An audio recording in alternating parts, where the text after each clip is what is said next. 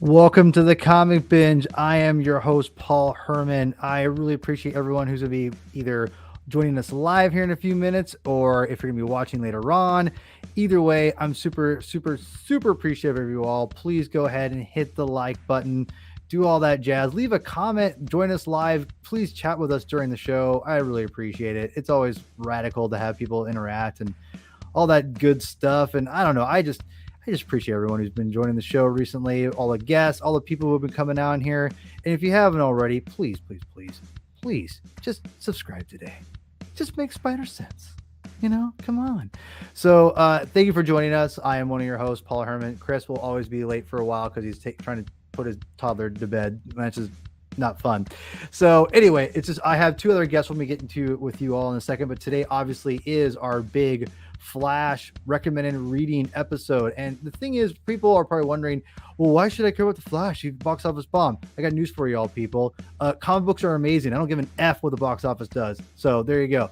So I believe, and I know I almost said the El Corazon again, Javi, but El Corazon will attest to this. Most of these comics today we'll be talking about should be available through the DC Universe Infinite, as Ryan Lauer and Justin Kowalski have both all talked about. So I'm sure you'll be able to find all these on here. So go on there, subscribe to this. This is a fantastic service, by the way. I think the DC Infinite is amazing.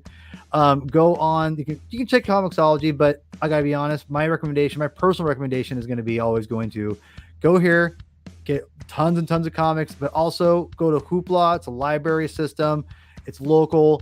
It's free. It's great. But the most convenient way, I'd say the easiest way, it's pretty cheap, is going to be DC Universe Infinite. But most of the comics we're going to be talking about will be on these services. So if you haven't already, we're going to, go to those places, get ready, grab a big thing of popcorn, of gummy bears, whatever you fancy. Because I have, not me personally, but the people I'm about to bring on have crap loads of Flash comics to talk about, which I can't wait. So please go hit like button, all that jazz. We'll put the first person on.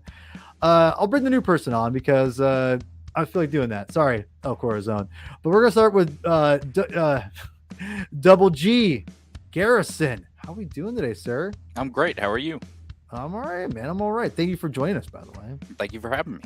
Yes. Well, so you come from a long line of talking personalities, and I don't think you're going to be put that, or what's the word I'm looking for? You're going to do that person well. We'll just say that from your long line of talking and interaction. So you've obviously I met you through your dad, and but also you love comics and like your dad, but you legitimately love a character that we're going to be talking about today. Correct? Yep. Yeah, I can tell you to this point in my life, I don't know a single point in my life that I was not a Flash fan. Really? And that is growing up as a child. I always felt fast. I was always wanting to run faster, and Flash was a guy I don't know, as a kid I looked up to weirdly. And I didn't really start picking up comics until I was about 6 or 7 years old, walking into a comic shop and picking up the new Jeff Johns comics as he was writing The Flash. Yeah, it was Jeff. Okay, Javi, El Corazon. We got a Jeff Johns beginner. Oh, this is going to be fascinating, man. This is going to be fascinating. And people who don't know, your dad is a huge comic guy. He's a comic guy. So like, but you never really, was it with your dad you discovered it, or was it completely by yourself? So we went to the comic shop every Wednesday together. We'd pick up the new comics after school. He'd pick me up and take me to the comic book shop. Hello. And while we were at the comic book shop, first off, I want to say my dad's a huge Marvel fan.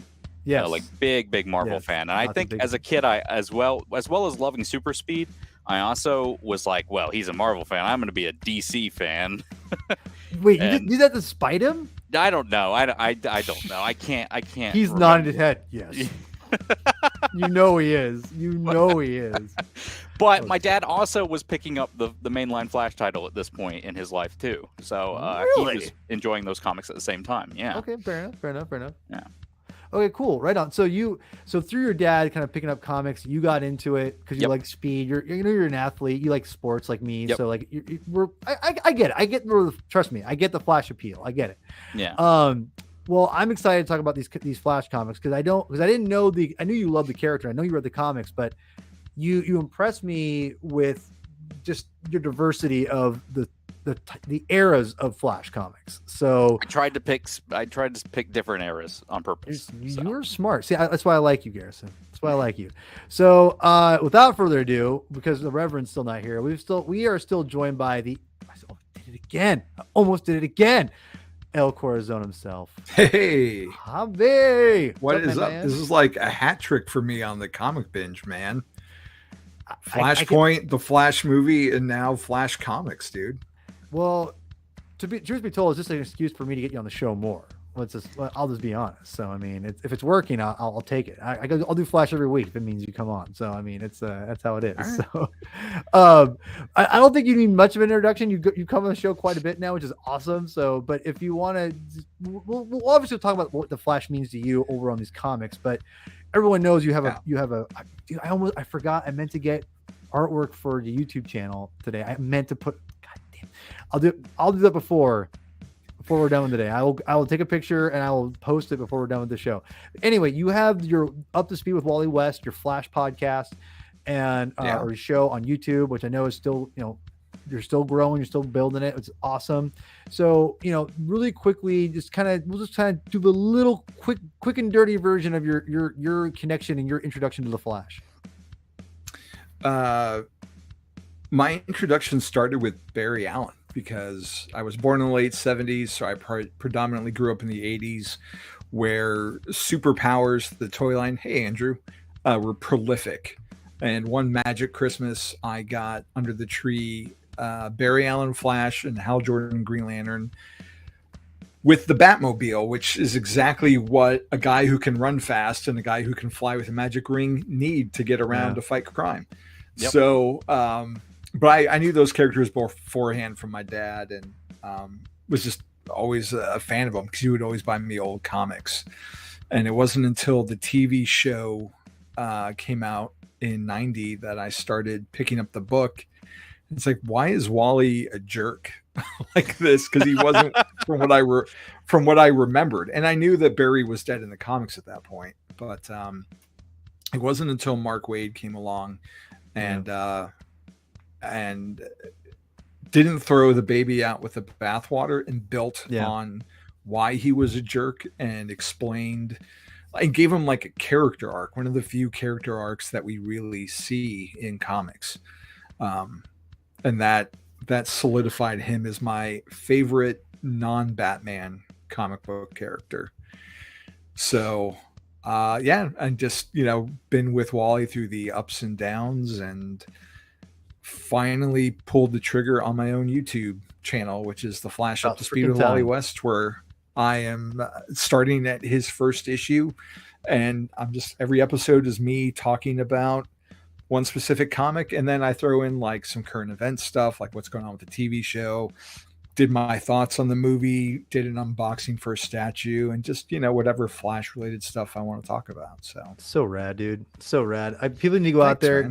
Go subscribe to Up to Speed with Wally West. Javi is one of the G's of the comic book, community. So go out there. He's legit. He's real. Like you won't get anyone better than him. I mean that. So and go support Paul him. You've been a really big support and cheerleader for me behind the scenes, and I just want to say it live on camera that I really appreciate it, my brother. You've been tremendous help, humongous. Well, help, you've been a tremendous encouragement to me. So just know that. So anyway, we have one more person. He actually showed up pretty almost on time. I'm pretty impressed, to be honest. So we must have got our to bed real quick here. I know. So really quick, I just wanted to say that we're about to go through a bunch of comics here, people. Super excited. Hit the like button, subscribe, yada, yada, yada, all that jazz. The last thing I'll say before we bring the Reverend on is I actually had that Green Lantern and Flash as well, Javi. Like I had Batman and Robin and Superman. I think I had Wonder Woman. I think I had a bunch of them, but I played with my Hal Jordan and my Flash a lot when I was a kid. I played them a lot. So those are my introductions to the DC characters, I'd say, besides Batman. So anyway, without further ado, we have the Reverend himself. Hello, Chris. Hello, how's it going, gentlemen? Doing well. Are you okay? Evening, Are you Captain. sick still? Evening, sir. No, I'm fine. I just she's not in bed yet, Oh, but so she's actually Oh. right here, trying to get me to play Candyland with her. nice, So nice, nice. you know, we we are not alone. We are not alone.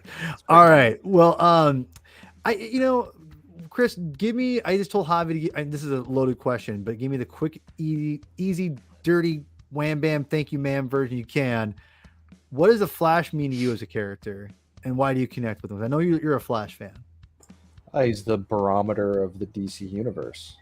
I mean, Hmm. he sets the pace quite literally for the DC universe.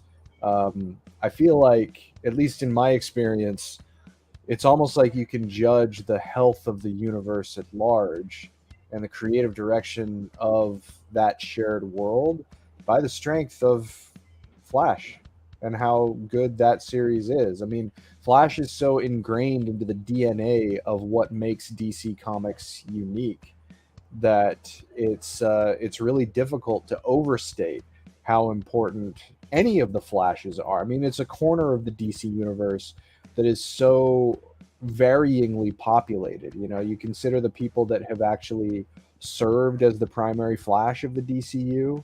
Uh, I mean, you have a pretty wide variety of characters there, depending on the era that you look at. And that's one of the things that I think is cool, is really like one of the strongest semblances of legacy. And really, the Flash is probably like the legacy character that actually allowed a formerly supporting character to graduate into main event status. Yeah. And that's one of the things that I think really does symbolize how important a pillar the Lightning is to okay, to the DC universe Nice. at large.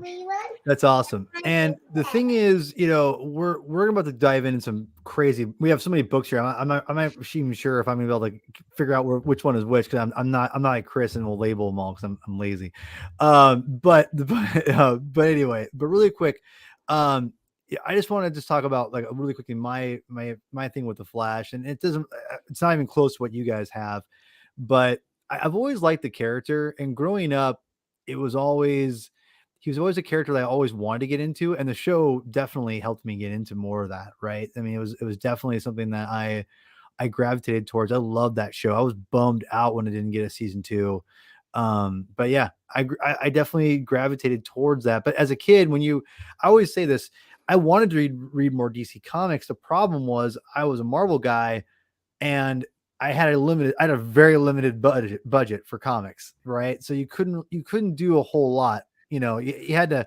As I got older, I kind of spread out a little bit more, but it was like I couldn't stop buying Marvel. I just couldn't do it. I wanted to read too much Marvel to go toward DC. So anyway, I say all that.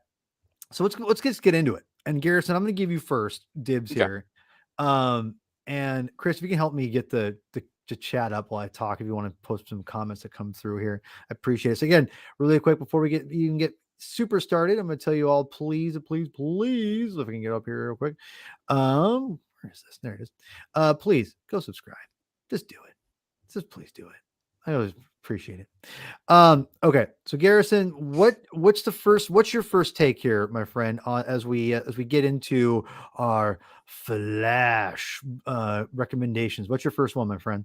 I'm gonna go with Rogue War. I knew you were going there. Okay, thank you. Make it much easier on me. Personally, this was the first Flash story I picked up. The first Flash issue I bought was Flash 221, which is this cover over here. Um, I was 7 years old when this issue came out. John's John's writing a fantastic story. I picked this story because I think as a kid, it was just such a great introduction to the Flash as he currently was in the comics, but also his entire rogues gallery almost as well. You got to look at Captain Cold, Heatwave, Top, Right. Weather Wizard, all those guys. You also got to look at Hunter Zolomon, who I think is a great character. That yes, if you're going to get into Flash, you should probably read up to Blitz and all the way up to Rogue War, but for an introduction, it got me into the comic. I was so into this story. It's so massive. It involves time travel. I don't want to ruin all the things that happen in it because I want someone to go in and experience it for the first time. Exactly. But there's some really great, I think even almost some meta commentary that Zolomon goes on in this thing where he keeps saying that Wally needs to have tragedy to be a real hero. And I feel like that's almost Jeff Johns speaking again in a meta commentary type way. He's saying you haven't gone through enough tragedy. You've got to relive these events that I've made you go through in the past, all these terrible things I've done to you. Meanwhile, there's also a war between the rogues that is literally happening in the real world. Some really cool things that set up there. Again, set up with the issues before that comic. But yeah, I think yes, issues 220 to 225 from the Volume 2 run from 87 to 2006, 7, whatever it is. When it ends at 230, that was the best time of my life as a 7-year-old. I was rereading those issues 220 to 225 and just reliving that experience over and over and over again. It was the first time I also experienced, after this story was over, it was the first time I experienced a new writer coming onto a comic book at 226. And I was like, man, what happened? It can hit you like a ton of bricks, right? Yeah, it did. And I think, who does the art? Is it Howard Porter? Howard Porter does the art for this comic. I think he does a fantastic job. He picks up from who left off? Who did Blitz? I'm blanking on the name right now. Scott Collins. Scott Collins did Blitz. Scott Collins. Yeah, Scott Collins, who's a fantastic Flash artist. I have a piece of his work in my room. I really think Porter elevated that stuff with Rogue War for me personally, as I've read through that whole John's run. But really quick, where Javi Garrison and Chris has had to leave. I mean, he knows as well. But I know Porter has done other stuff. What am I forgetting him on? JLA. That's what it was. He was Morrison, right? Yeah. Yeah. Okay. I Morrison's love Porter. JLA. Right. He did Justice League 3000. Okay.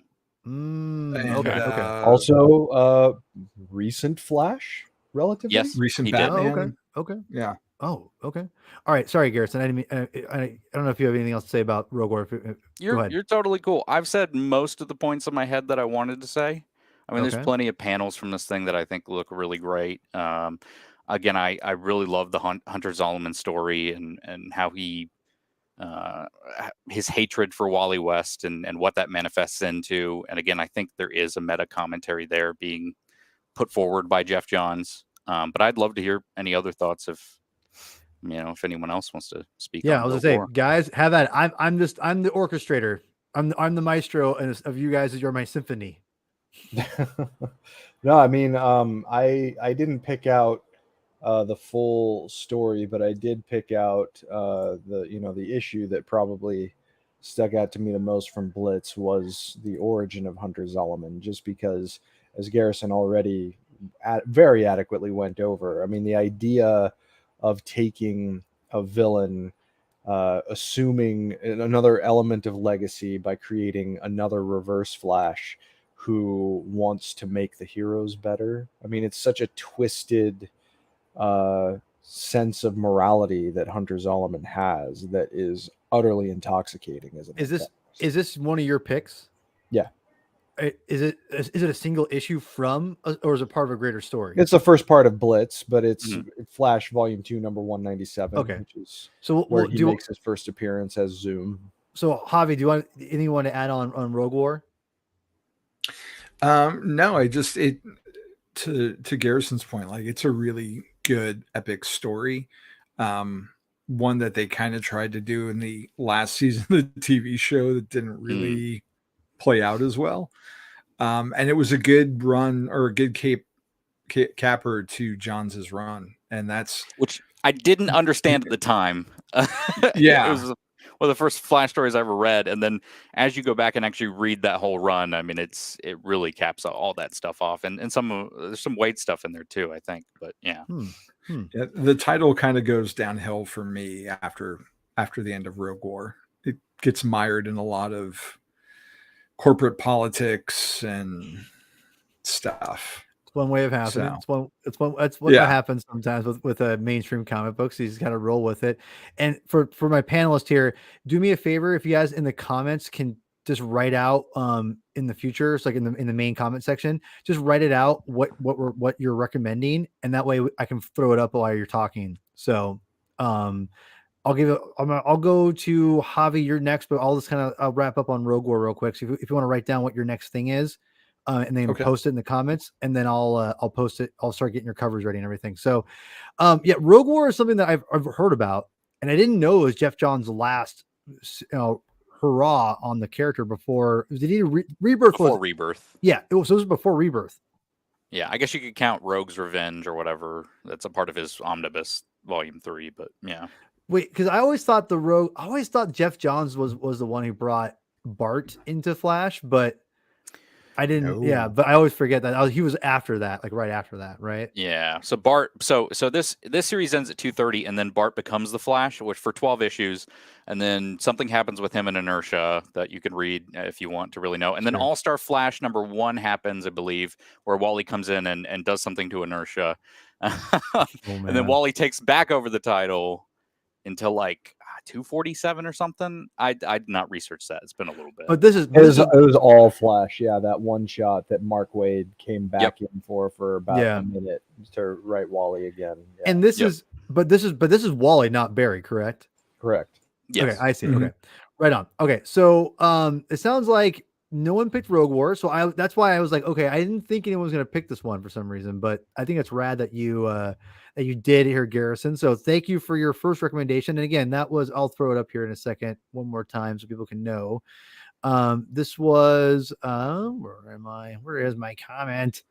Yeah, so that's Flash 220 to 225. Yeah, I honestly, I'm excited to check this out. I may buy the trade because I love Jeff Johns and I love the Rogues. So right on. All right, so Javi, if you're next, why don't we'll throw it up to you, my friend. What we got? So I'm going to start. This is probably my oldest recommendation. It is the Barry Allen Flash 323 and 324. There was a lot kind of leading up to this, but this is a key moment in Flash history that affects the book still to this day. Basically, in the past, we've had the Reverse Flash kill Iris West Iris West Allen, and Barry's had to come to terms with that and make a new life for himself. He had a swinging bachelor pad. He had neighbors. And somewhere around this point, Carmine Infantino came back to the book, who started Barry's adventures off in Showcase #4. So what we have is the Reverse Flash coming back into Barry's life with a great cover of Infantino's work. And basically Barry has found love again with his neighbor Fiona Webb, and they're going to get married. And on their wedding day, the Reverse Flash shows up to kill Barry's wife yet again. And it leads to literally a race around the world. And I mean, the cover is a spoiler, but the Flash kills the Reverse Flash. He winds up getting arrested and charged with manslaughter, and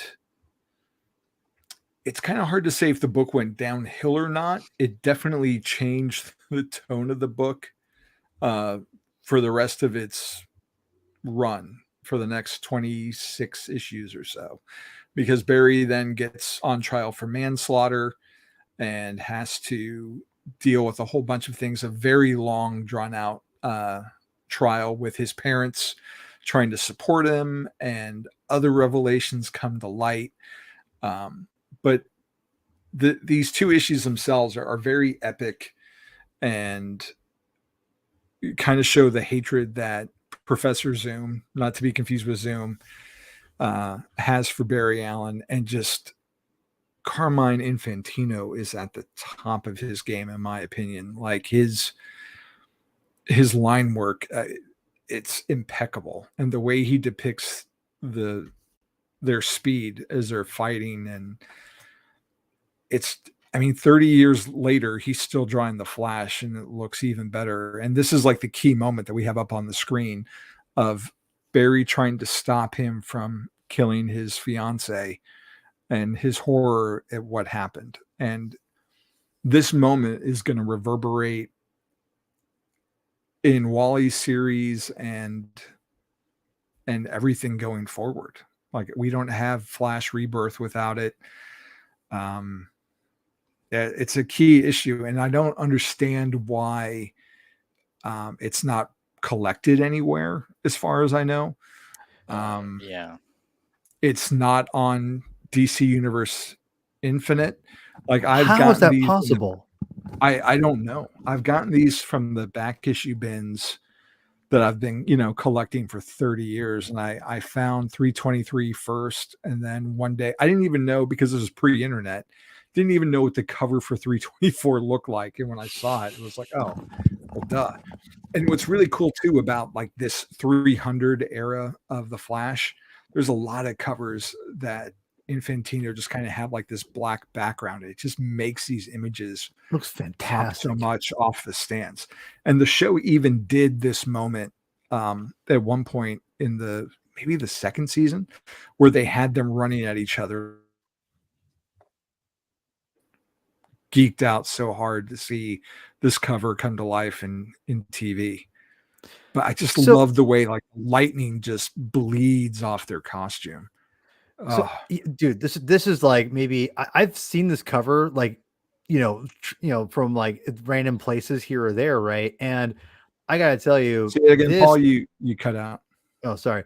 I've seen this cover like randomly, throughout, like, looking at cons and whatnot. But holy smokes, dude! Like, that is a dynamic as F cover. Like, that is just gorgeous. And the weird thing is like, why isn't this in on Infinite? Like, that's crazy to me, so I think they've got like 340 to 350 or something like that. Who's the writer on bizarre. this? Gary Bates. Gary Bates. Okay. Yeah, and Infantino does the interiors as well. Yeah. Damn, dude, they need to get that on there. Like, I want to read this right now. It's a master at work.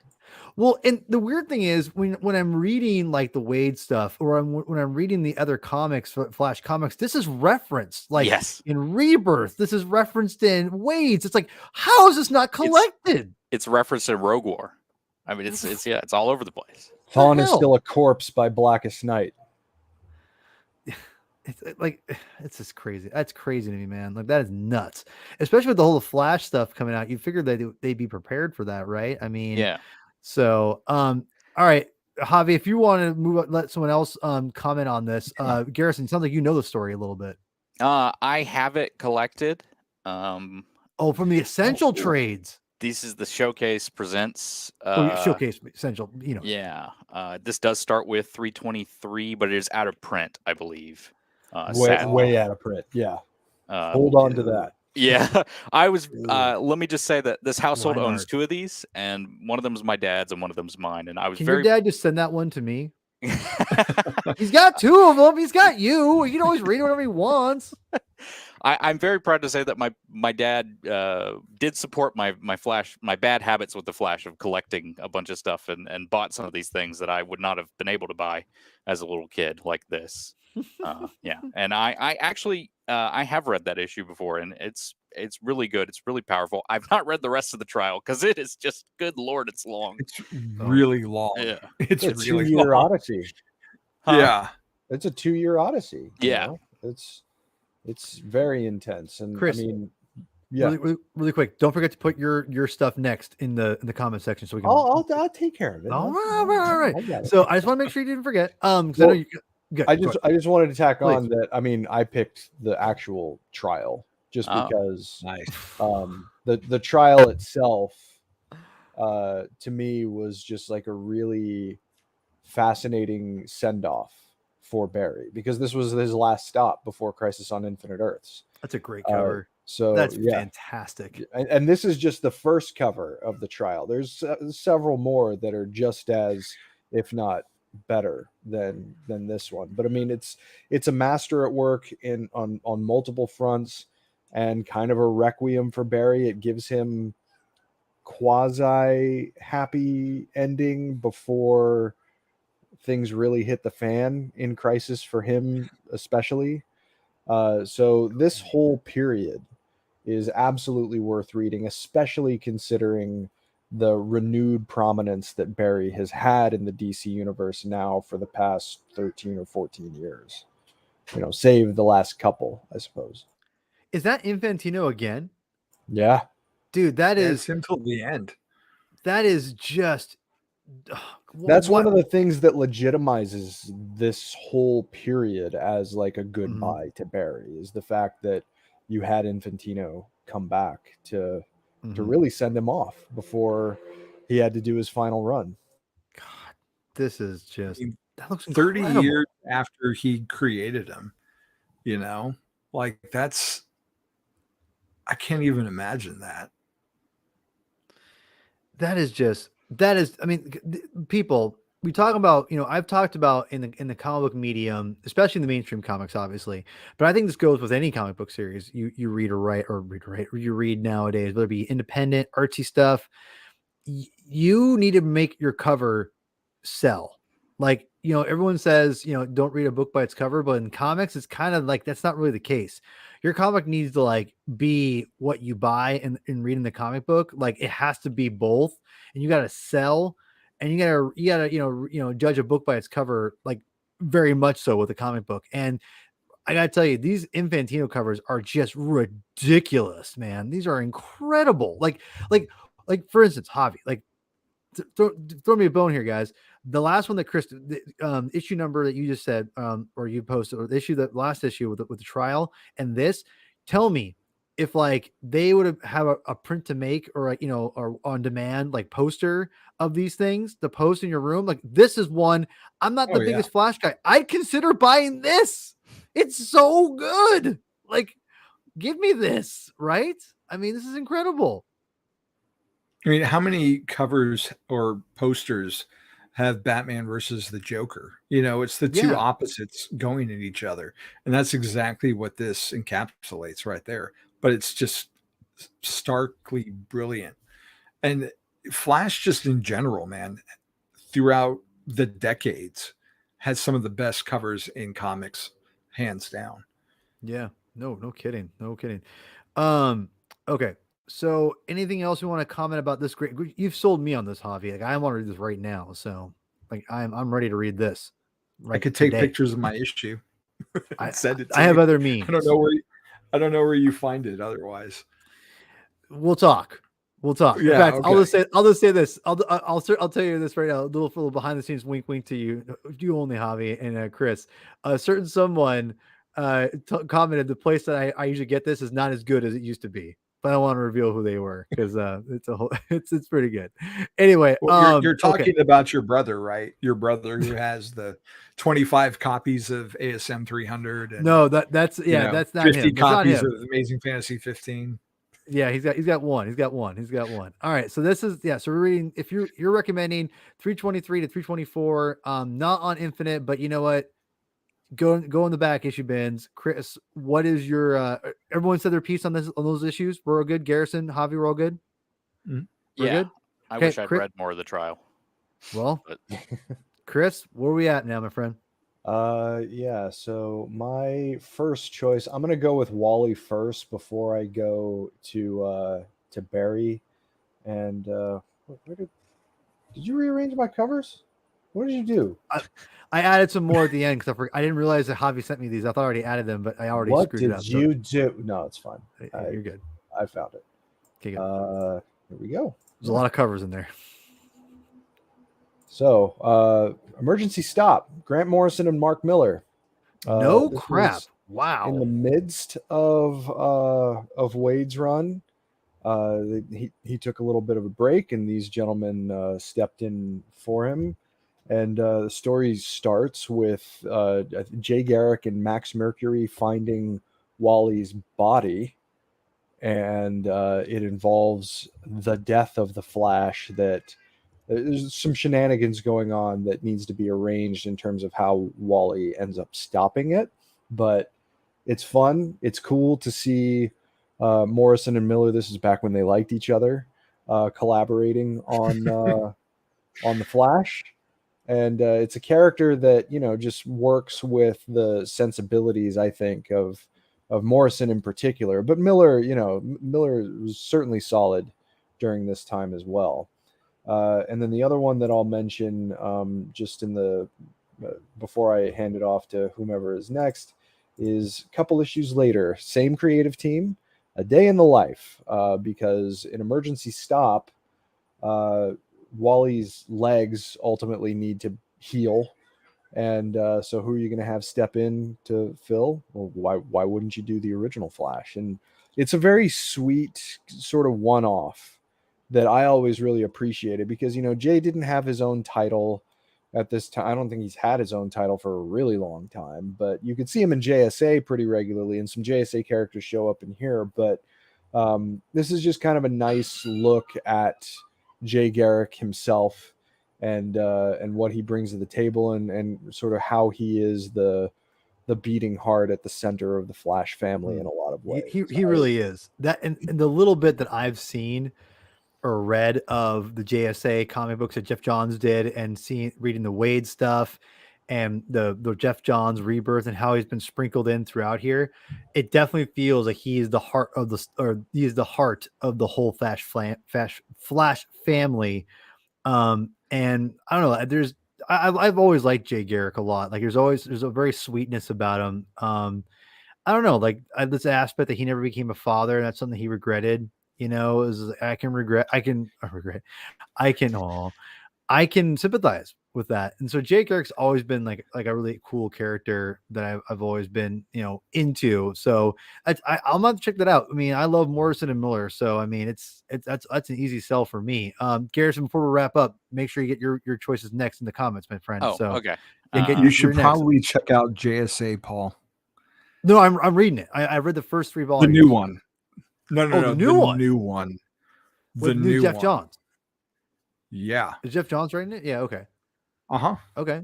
There may be some more stuff about Jay and his family. I think it's in that title. Okay. I'm pretty sure it's in that title. Okay. All right. We got this character here. Zach, this isn't Spider-Man. Get out of here. This isn't Spider-Girl, Spider-Man, Spider-Boy. This isn't Man Spider, Spider-Hulk, Scarlet Spider. Get out of here. Just kidding. I love you. I really appreciate you coming on. That was really ridiculous. So, but if you guys read this, because I know the Miller and Morrison thing is kind of a weird thing, because it came out right after Wade, right? So it was kind of a weird in between. Like Chris said, Wade took a break to recharge his batteries, and then he came back co-writing with Augustin. So it was just like a 12 issue run, and they announced it like ahead of time and came back. I enjoyed it. It brought some interesting concepts to it, like this Speed Force suit. I'm just not terribly a fan of Paul Ryan's art. I know it's probably sacrilege to say. No, take that back. Yeah, I knew you were gonna not like that. You knew I was gonna like that. I love Paul Ryan, dude. I love him. Yeah, and he was pretty heavy into this era of Flash, doing a lot of the penciling, and it wasn't the same for me. God, sacrilegious, dude. Really quickly, I liked his Fantastic Four. Does that help? Yeah, dude, his Fantastic Four and his Iron Man, dude. His Iron Man he did with freaking John Byrne, man. That is underrated. When Iron Man takes on Fing Fang Foom, he goes JR, then Paul Ryan, super solid. Great so stuff. Few people. Okay, yeah. Like what? You're gonna give someone an 8-pack in the DCU. Superman, sure. Like the Flash is supposed to be wiry, you know, he's a runner. Yeah. So You know what? Metabolism should be working overtime. Yeah. Right. Why are you arguing about muscles on Flash, for God's sakes? Good Lord. I'm sorry, it just comes into my brain. Anyway, all right. So does anyone else want to mention anything about these comics that Mr. Reverend here had given us? Yeah, I will. I own every issue since 340. I'll put that out there. These are some of the issues I've strutting bragging I've right not over really there. read through that much. I've kind of flipped through them, and yeah, I need to get to the Morrison and Miller stuff. Something tells me you're not a Morrison fan there, Double G. I'm not a Miller fan. Really?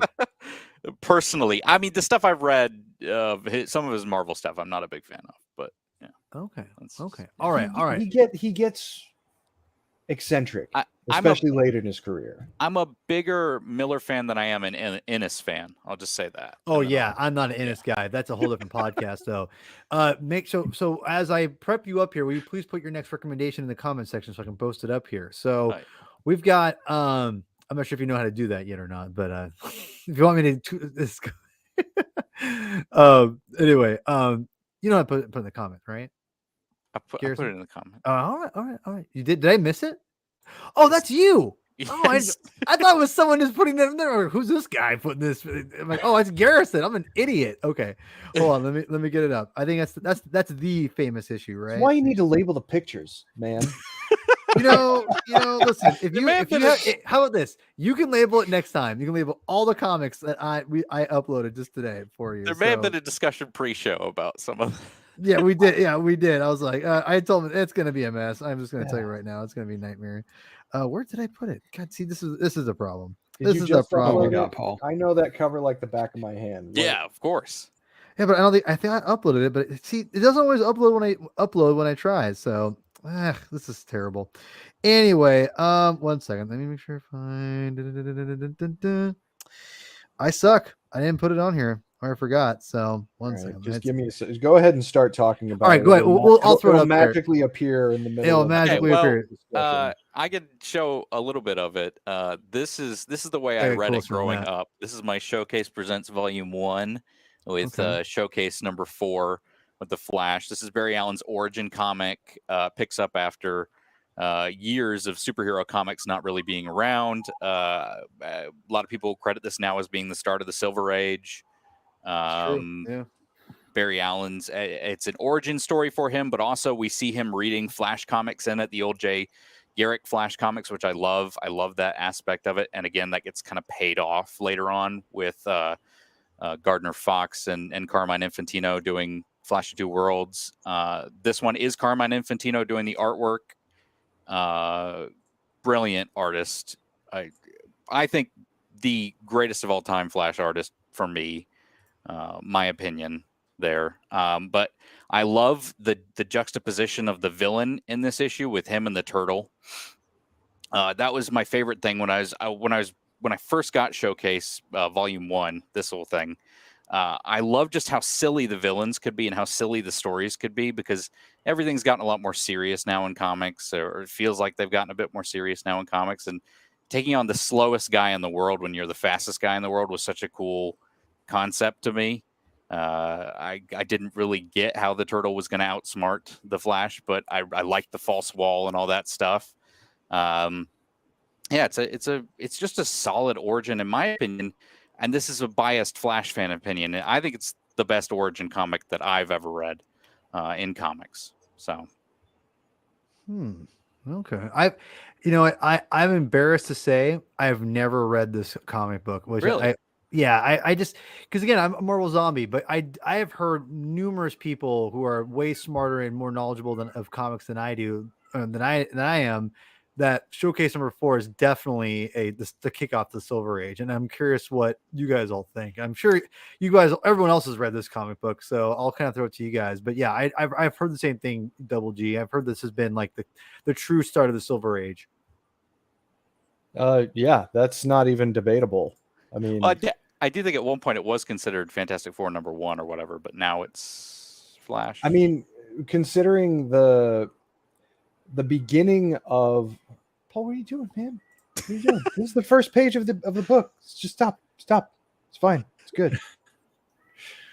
Showcase number 4 was really the beginning of everything that would ultimately lead to even the Reformation at Marvel. I mean, Showcase 4 came out in 1959. Julius Schwartz came in to shake up the entire line of DC Comics. They knew they had strong character concepts with Jay Garrick and Alan Scott, and Superman, Batman, and Wonder Woman were fine. Like, they didn't need to touch them, but Schwartz gave the creators permission to rethink and modernize several of the characters, this being the first one. And I think that this is very clearly the beginning of the Silver Age, considering the science-based origin story, the very kinetic nature of the way that Infantino just rendered the pages. And it also gave, in my opinion, one of the 2 single greatest superhero costumes that has ever graced a page. Yeah. So this, to me, seems very clearly to be the beginning of the Silver Age, because the success of Barry Allen leads reasonably directly to the beginning of the Justice League, which itself was a reimagining of the Justice Society. And it was Martin Goodman playing golf with publishers at National Comics, and those publishers were bragging about their team of superheroes. And Goodman went back to Stan Lee and said, National has this team of superheroes that's selling well. Why don't we do a book like that? And that led to the Fantastic Four, which led to the birth of the Marvel Universe. So thank Barry Allen for Marvel Comics, basically. I agree. Today. Yeah. I like the way you put that. They do call him the Reverend. They don't call him that for nothing. Double G. All right, El Corazon, what's your take on this historical issue here? I mean, what's your take on Amazing Fantasy 15? It's I mean, it's a perfect little comic story. It takes you 5 minutes to read. Yep. It's exciting. The art, even though it's 70 years old. No, almost. Like, it's still just breathtaking to look at, and it's very succinct. And I 100% agree with Chris. This is one of the top 2 costumes of all time for comics. Yeah, it is. It stood the test of time. I mean, it just has, and you can't argue it. I mean, if you altered the costume of the Flash, it better be damn good, because you don't need to complicate it. Like, it's just it's perfect the way it is. We don't need all these streaky lines, but it's a nitpick of mine.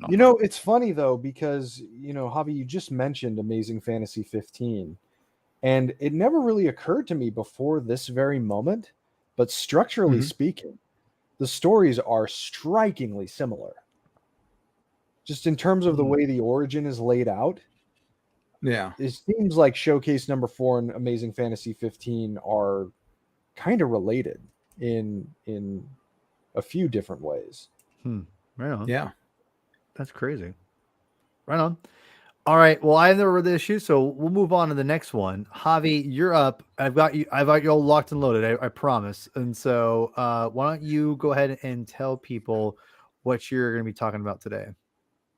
I mean, it's nice that I get to go after Showcase number 4, because here is the Flash Volume 2, number 62 through 65, and this is what cemented me as a Wally West fan. So basically, this is Mark Waid's first issue, and Wally is at an airport and has to deal with a bomb at the airport, and he has to find it. And after he takes care of the situation, he bumps into his grandfather, Ira, not Joe West, Ira, who is a physicist and Nobel Prize winner, but he is so brilliant that he is lost inside his own head half the time. And he's one of those people that's so smart and he will look for his glasses, but they're on his face. And because he and Wally don't really talk a whole lot, he invites him back over for lunch, and going through some boxes, Wally finds all these scrapbooks that Iris put together. Now, at this point in the storyline, Wally doesn't know that Iris has been alive in the 30th century since the 80s. Barry's dead, and as far as he knows, Zoom is the one who, or I'm sorry, Professor Zoom is the one who killed Iris, and he doesn't know anything else about her. So he finds this box of scrapbooks, and at the very bottom, he finds one that says "For Wally," and it's his time, the beginnings of his time as Kid Flash. So Wade uses that, Wally going through the scrapbooks, as a way to look back at Wally's origin. So I know that in the post Rebirth, there was a Flash year one that Williamson and Porter did, but this year one precedes it. It was 1992, I believe, and it's a 4-part story, and it looks at Wally as Kid Flash in his early days as Kid Flash, which at the time I didn't know he had an exact replica of Barry's costume. That came later, the yellow and red. So this was my first introduction to that, and it opened my eyes to what this character was and the burden of legacy. And that was something I related to really profoundly back in high school. And I remember seeing part 2 was the first part I found. There was a bus that we used to take on the way home, and we'd get off and stop at the comic shop for a minute and then get back on it. And that's where I saw it. And I got it because I'm like, oh, Barry Allen's on the cover, I'm going to buy it. And that's the moment where I fell in love with Wally West as a character. And it looks back at him and explains some of the problems that he's had with his powers, and his metabolism, and ultimately winds up being a way for him as a kid to recognize that he loves his parents. And it's just it's my favorite of all the year ones that DC has done, and they have done several. I mean, Batman, Superman, Gotham, Green Arrow, the Flash again, but a lot of attention gets paid to the more recent one, but this one is it's perfect as far as I'm concerned.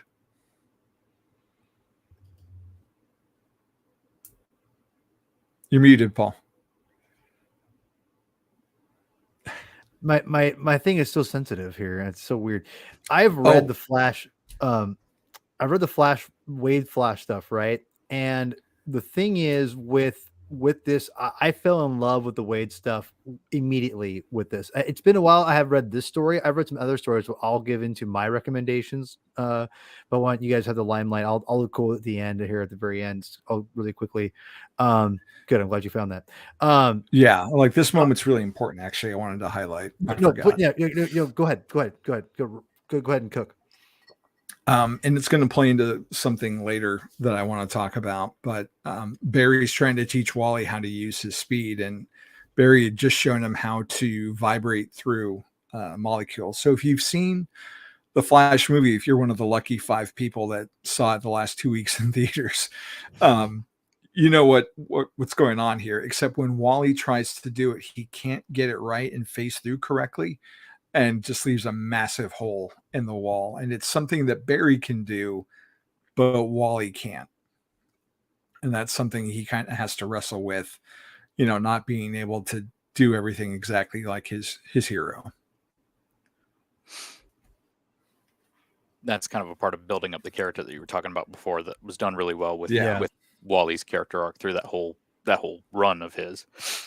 Yeah. And this is where I think that Wade did a great job of, and this is, I think, to me, Wade's Flash run, and I haven't read the whole thing. I've read up until Terminal Velocity, which is a good chunk of the run. I mean, it's not to sneeze at, but it's not the whole thing, obviously.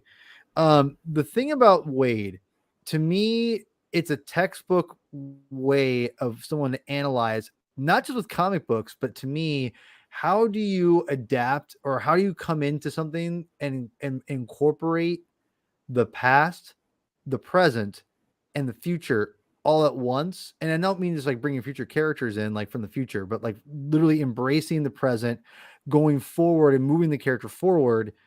That's what Wade was able to do initially with those. And these issues are all part of building up that trust with the fan base, Javi, at least from my perspective. Because when I read this back in the day, because I read this right before, I think this kind of give you perspective, like 2015, because I was on like a Star Wars kick, because I think Force Awakens was just getting released, or, you know, on the midst of it.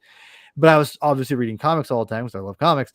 And I finally was able to read the Wade run because they were releasing it by the trades, right? And then I had bought them digitally. I read these comics through my digital trades, and I just fell in love with them. And I love what Wade did. I know back in the day when I was buying Wizard magazine, everyone talked about how great Wade was. Wade is this and Wade is that, and Wade can't do no wrong, and blah blah blah blah. And I can't believe I just took Garrison off. I'm really sorry, Garrison. But the thing is, I didn't really get it. And after finally going into to read these comic books and these stories, it made me realize Wade was able to go in, earn your trust by going in deep with the character, what makes them tick, what embraces, you know, what makes Wally West and Barry Allen's relationship so special. And I say all this I'll throw it to you guys, is basically taking what worked before and making it, trying to build off of that, like and remind people why it's special, right? And by doing that, you acknowledge that, hey, this is a cool character, this is a good, you know, whatever. And you build that, you get your readers' trust by enhancing and really emphasizing what's kind of done before a little bit, like in a good way, right? In a sense of like you're embracing that side of this mentorship, whatever. And then you're able to then go on and do different things because you've built that trust already, and try new things. And people aren't going to be like, I can't believe it, because you've gone back and did the legwork and showed you do get the character because you love the character, and this is why. So I don't know. To me, it's easier said than done, obviously, but it shows you what you people should probably look at and say, if I'm going to inherit a character or a franchise that has like just enormous amounts of continuity or whatever, find the heartbeat of it, which is this relationship or something like this relationship, emphasize and remind people why it's special in some, you know, creative way. And then usually that'll win people over. Then you can do the different stuff, which Wade gets into. So I thought this, again, this is Wade stuff. I mean, obviously we could say, read the Wade run, you're good. I mean, you could say that, but I mean, it'd be easy. But yeah, this definitely is worth it. What you said, your recommendation. Yeah, well, his initial origins in 110, I think, in the original run, and it's just a short. He goes in the lab, he gets struck by lightning, he becomes Kid Flash really fast, and this really builds on all that stuff, like you're talking about. And I think this is Wade's first comics. Well, I mean, he did the special and the annual, and then it was this. Yeah, I think. the annual. Yeah, the annual. Yeah. But the first run, his first official run started with that. Was it 82? What you said? Was it this one right here with the little 62? 62. Yeah, little one like, oh my god, man, and he's doing that on the cover. And Johns began at 164, so Wade was almost sense. on it for 100 issues. It's crazy. Save for that time in the middle with Morrison and Miller, and you know, that's crazy. All right, if anyone wants to say anything else besides this, we can move on. Chris, are you next? Sure. I'm gonna do some rapid fire ones. Yeah, do your thing. So first one, of course, I don't think we can really, you know, talk about everything that we know from the DC Comics multiverse without the story that gave the multiverse to us. All of these, you know, exploitations that we're enjoying today, their lineage can be traced back here. With I mean, we talked about Showcase number 4, where Barry was reading Jay's adventures, which was a little bit of a meta experience, and then this actually literalizes the alternate universe concept for the first time in superhero storytelling, and it's an exceedingly fun read. Obviously, this is a very classic cover. It's a classic story. Spend some time with it. You know, if you've never read it before, you totally should. It's absolutely worth your time. Another one that's like way goofier, but that I have a particular soft spot for is Flash number 163. This is probably like one of the single best Silver Age checkerboard covers in existence. And it's the this is the Flash's Tinkerbell issue, where people a scientist comes up with a device that makes people forget him, and because they're forgetting him, he's losing corporeality, like he's actually fading from existence. So he has to convince people to believe in him again to bring him back so that he can win the day. But I just love how like this cover was so inspirational to entire generations of creators, because this was like a way for the creative teams to reach into the real world, and is extraordinarily influential on a writer like Grant Morrison. But you also see, Johns took a big liking to this. Wolfman. I mean, it's just like this is a very, very influential issue, and I have a very soft spot for it. The last single issue that I'll bring up, well, I guess not quite the last. I got a couple more, but I'll push it along to more folks. Is Flash Volume 2, number 218. I love this issue.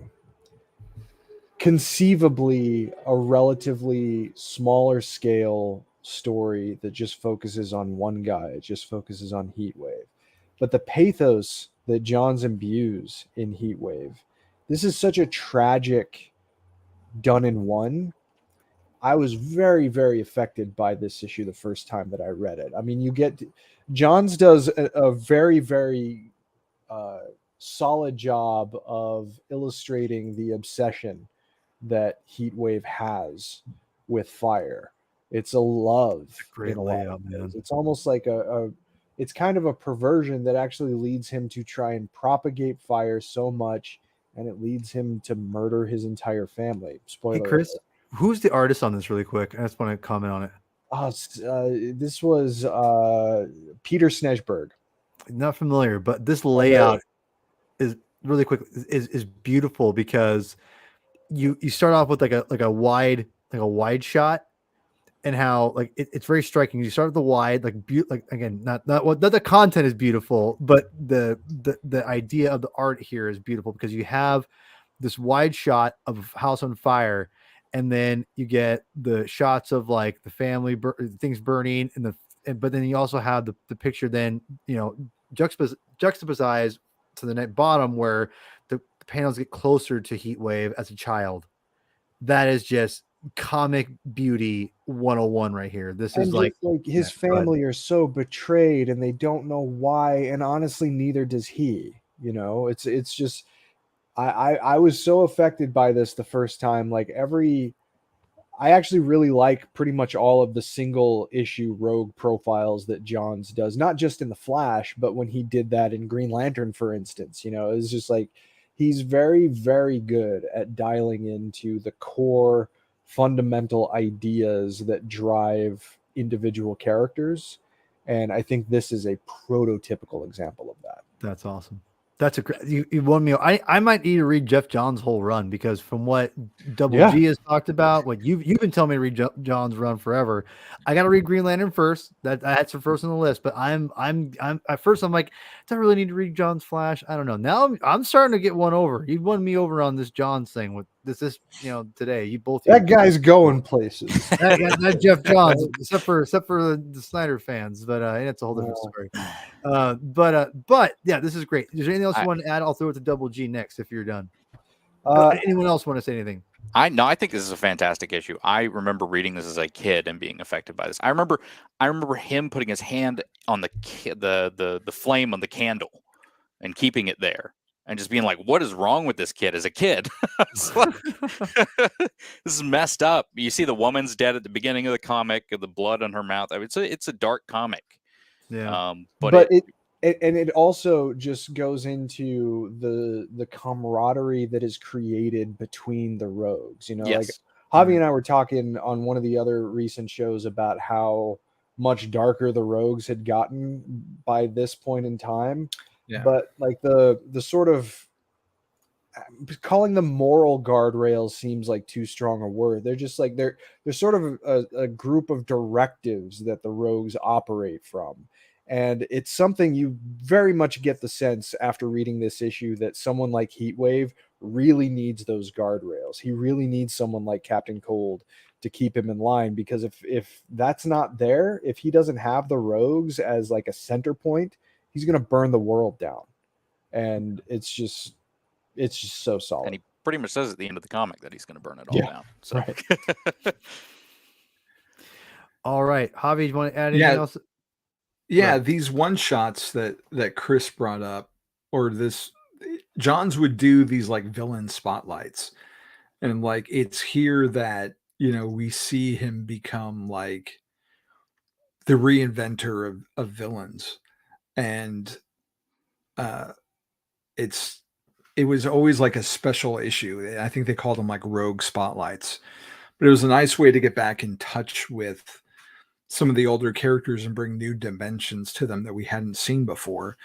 And there's I don't remember what issue it was, but little Jeffrey Johns like wrote into the Flash at one point and talking about how much he loved these characters and the rogues. And there's one issue where they throw a party for Wally and they didn't expect him to show up, and he does. And it's like the cover is great because it's a blue background and Wally is just surrounded by streamers and he's in like a tux or something, and just all of Barry's old villains are behind him. And it's just a weird dynamic that they had in like the first 50 issues of Wally's run, where we'd seen some of the rogues reform, like Heatwave reforms in the Barry Allen run before he died. But like we see more of that with like Captain Cold and Golden Glider trying to go legit. Piper's another one. So any of these Jeff Johns rogue issues, if you can find them, you won't be disappointed. And I appreciate how Chris picked up on the Flash 123, which has a deluxe edition hardcover now. It's a few months old.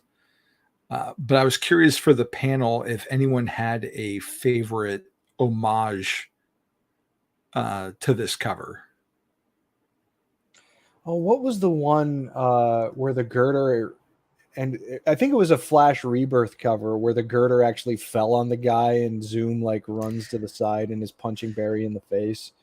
I always thought that was I think it was issue 5. I remember that. Yeah. That's good. That's good.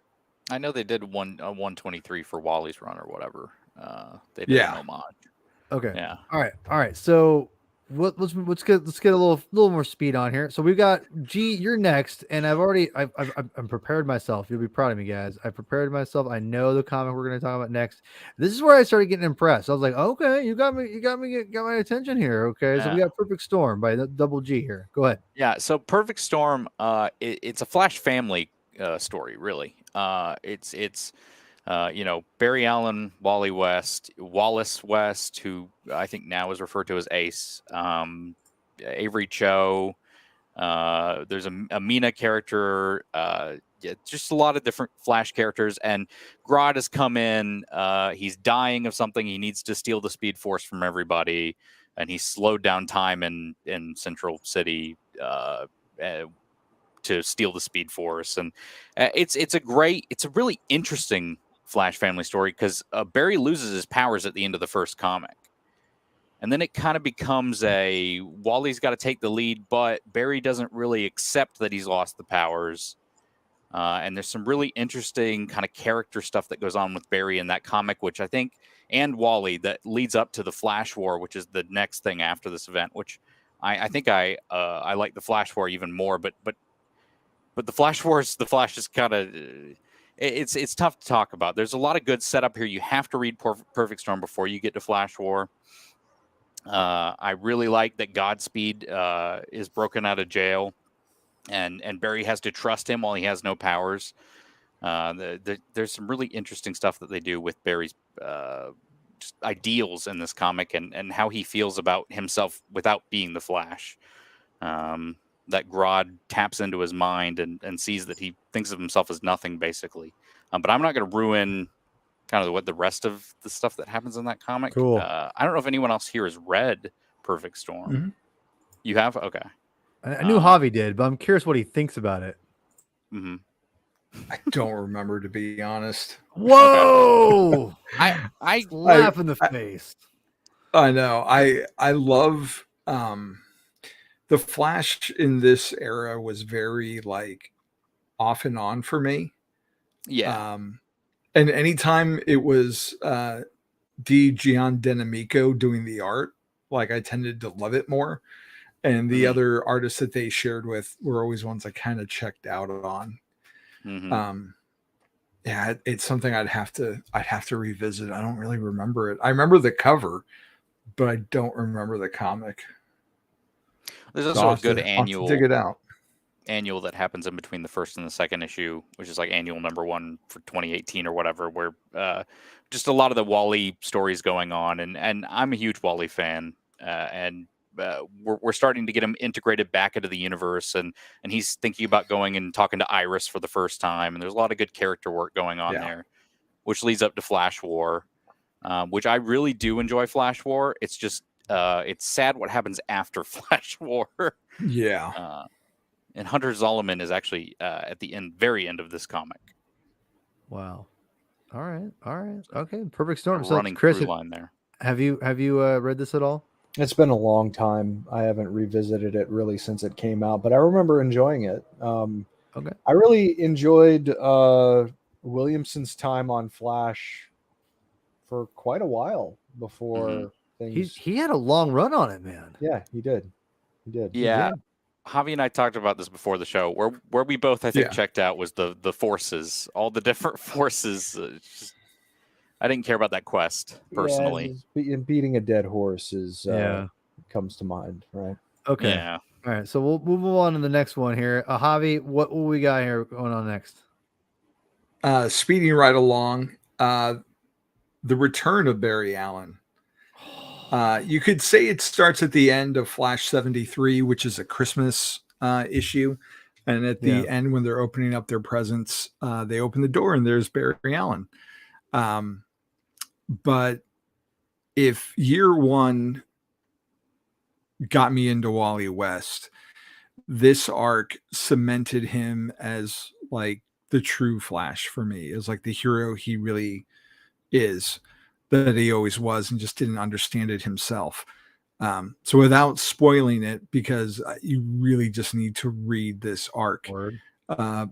Barry Allen is back, and everything seems really perfect for like an issue, and then a darkness starts to creep in, and it puts Wally through the ringer, and it's the most cathartic. Like issue 79 is one of the most cathartic comics I've ever read, if not the most cathartic, and is my favorite comic book of all time. It's double-sided, and just the way they resolve the story, everything makes sense. It ties back so much stuff from the character's history, not just Wally's, but Barry's as well. And it's everything I love about the Flash, and so much stuff gets its foundation from this storyline where we start to see more of the Flash family really start to form here. You can see in this cover, you've got Jay Garrick, you've got Johnny Quick, you've got Max Mercury, who at this point was not really known as a character. Wade kind of composited him from other speedsters from other companies. And they allude to that in like the letter columns, like, some of his past names were like from other comic book companies. So we get a team of speedsters really forming here, and it's just, if you haven't read this, this is like the story you need to read. And if you don't like Wally West after this story, I don't know what to tell you. This is like prime comics for me. Yeah. Well, and I know we've talked a lot personally here, Javi, and I don't want to take away anything from what you're saying, because you're right. Like, this is these comics are maybe some of the best Flash comics maybe ever, in my opinion. And I'll never forget when I was reading this for the first time, when I was talking about, when I was really into Star Wars, like, when Force Awakens was coming out, and I was just like, Star Wars crazy. I was reading this Wade run, and when I got to this story into specifically, I was blown away how good it was. I'll never forget Justin, our good friend Justin Bulger, Chris. He actually tweeted at me and said, "Man, you're getting me want to read these books right now," because I posted like this issue here, Javi, a bunch of that panel where they're going at it, and I was like, "Oh man, like this is so good," and it is to me. If me personally, as a very casual Flash fan at this point, I would say Javi's choice is, even though if you may not have a ton of like knowledge of the Flash, which I didn't when I read it, it never 74 through 79 never, in my opinion, wavers, as because it's so good. It's so well written. You get everything you need. It's a great superhero story. It's a great, themes. I love it. It's definitely one of my favorite. It's my favorite Flash story probably ever, because I love, and just how they intertwined the villain. It's perfect. It's beautiful. It's maybe some of the best superhero comics maybe written ever. I don't know. It may be. I wouldn't be shocked, to be honest. So yeah, definitely into this. 74 through 79 is an all-timer in my opinion. I definitely would highly recommend this myself. I mean, Jay and Barry going at it is, I mean, it's incredible. That's crazy. Just, That's so amazing. So good. And also just the juxtaposition of Barry's classic suit with Wally's new suit that he got in issue 50 that was inspired more by the TV show a little bit at that point. Yeah, I love that panel. So good. So good. And Barry not complaining, but making the criticism that, Wally's his eye slits are white, and Barry feels like people can trust you more when they can see your eyes. And like, that's his critique about his costume. It's just a classic Barry Allen thought. Yeah, this is good stuff. A great choice in that story. Not going to ruin anything, but Wade just makes a great choice in how he does that story. Instead of going for a cheap story there, which you could easily do. Easily do that. So, anyone else on this story, Chris? I can't add anything more than what you guys have already said. I mean, It's a masterclass. It really is. All right, Chris, take it away. You're next, Reverend. All right. So if you liked that, and if you want some more good, solid examples of Mark Waid writing, in this case, like a real and solid Barry Allen, Flash and Green Lantern, The Brave and the Bold, number 1 through 6. It's a miniseries that kind of depicts the first time these guys get together. And it's this book, is Mark Waid and Barry Kitson, so it's a powerhouse creative team. And it's this book that forever solidified for me that these two are the Brave and the Bold. The dynamic between the two of them is just like very well established. John's kind of tried to take that forward a little bit later on, but he put his own spin on it. This is just like classic heroism. I love, there's a point in this series where Hal has to like break up an altercation between Barry Allen and Oliver Queen that I always get a huge kick out of. Because Barry is pretty straight-laced in the way that Waid in particular writes him, and I don't think that I've ever seen a straight-laced Oliver Queen. So there's just a personality clash that is really fun to behold. That's on one of the covers too, I think. Yeah, that's right. Yeah, it is. Yeah. I mean, it should be. It's a really good and solid moment. I was a retailer from 2007 to about 2013. So I was actually very, very caught up in the lead up to Final Crisis.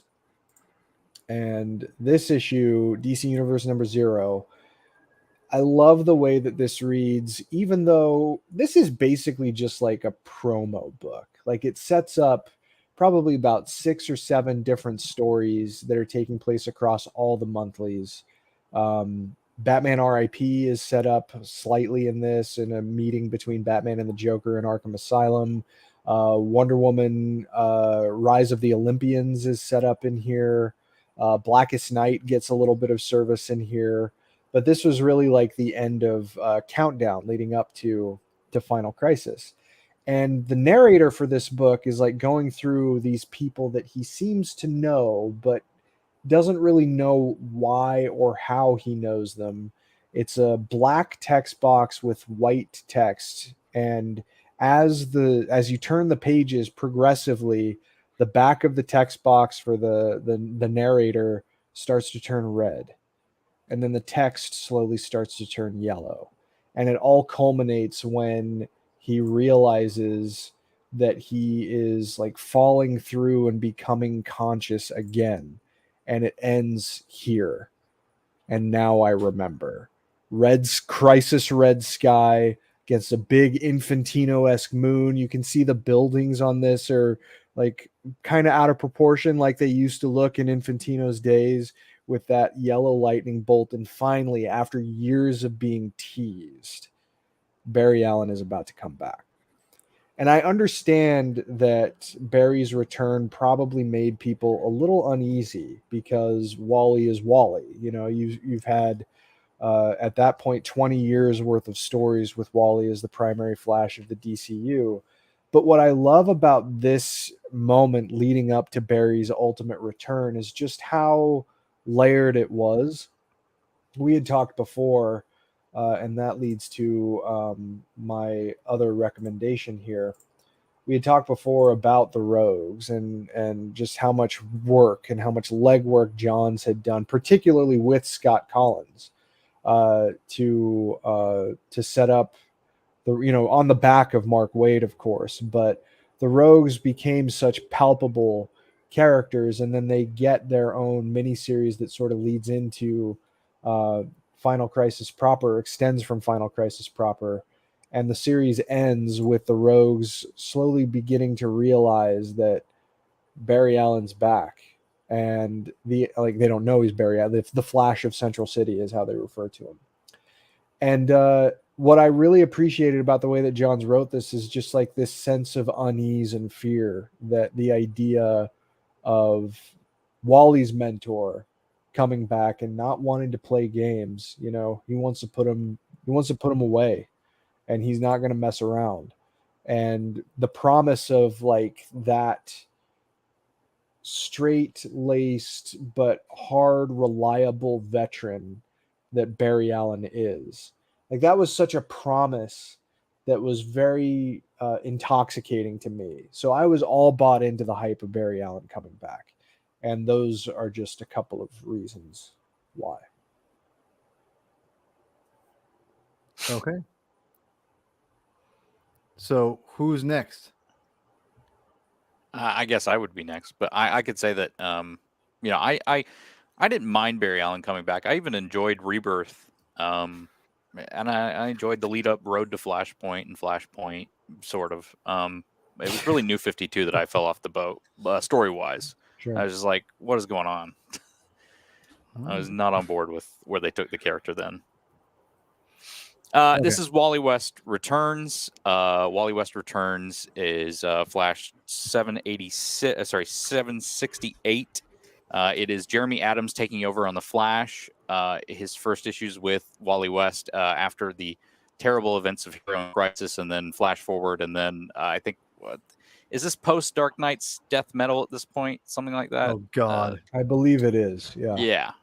Yes. Yeah, because they're talking about he's saved the universe already, but everyone still looks at him like a pariah or whatever. And he wants to retire from the character. He wants to retire from being the superhero. So he and Barry go on their last race together, and Barry's gonna take the powers away from him while they're running, and then all of a sudden Wally gets sent into another body. Which is like a caveman's body. what?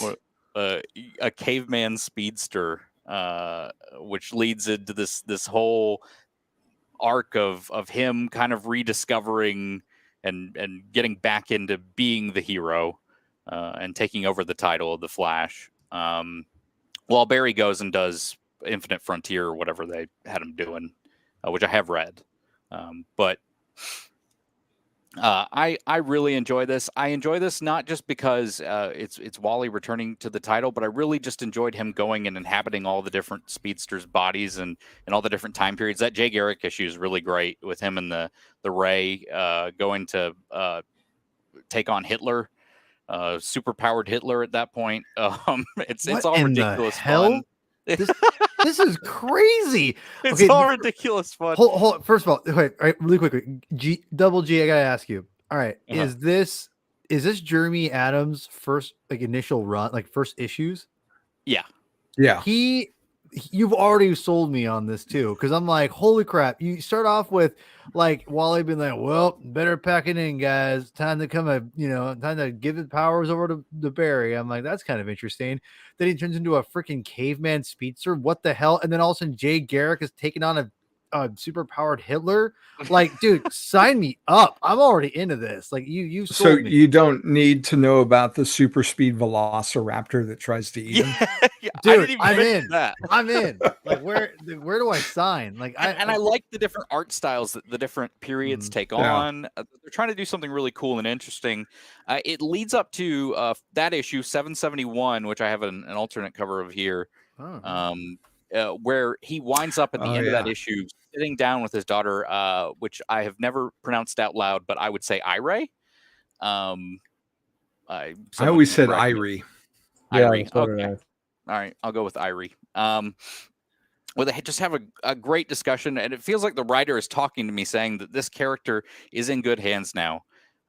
Things are going to be okay. I promise you guys, everything's going to be fine now, as long as Adams is on the book. And they have that great discussion together. He then gets sent to a really painful moment in his life in the annual, which is Heroes in Crisis, in which we have our second retcon of Heroes in Crisis at that point. Wait, this retcons Heroes in Crisis? Yes. Yeah. In a good way?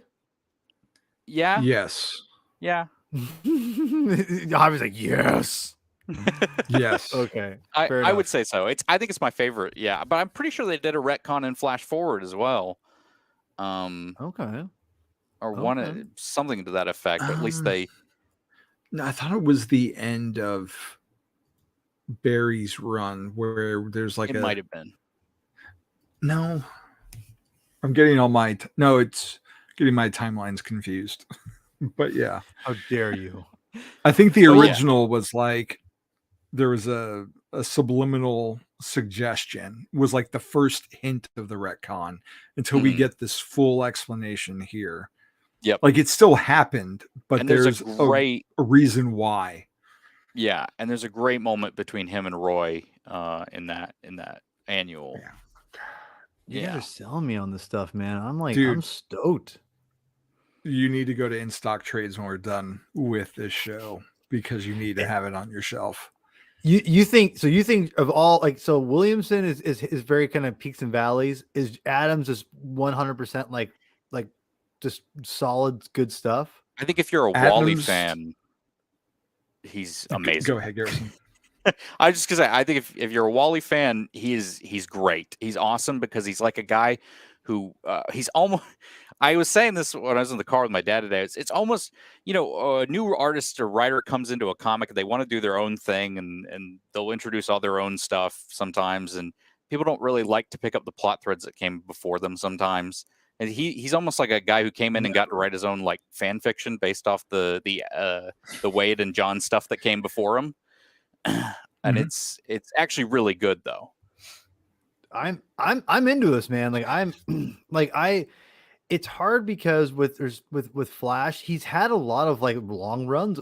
Character, writers have long runs on him. Jeff Johns, Wade, So when I saw Williamson was on it for a long time, I'm like, man. And then this Jeremy Adams guy is just getting off, and I'm like, man, I don't know. There are so many runs. Which one should I prioritize? It sounds like from whatever I'm hearing, is I should definitely read Adams before Williamson. Am I feel like wrong I with this? mean, there's I context. wouldn't. Oh, really? Okay. Yeah, I would read Perfect Storm and Flash War definitely first, if and At then least and then, read the at least, and then maybe and then kind of figure out what I want to do from after that. Like if I'm yeah, really into it. Okay, fair enough. that would fair be enough. my recommendation. I don't know. Okay. You guys are selling me. Like this is For super fun. Like me, go ahead, John. Adams is Wade 2.0. Oh, like John's caught the baton from Wade and ran with it. Like completely built off what Wade had done, and it felt very smooth in the transition. But like this feels like peak 90s Wade, but in a modern context with a changed dynamic.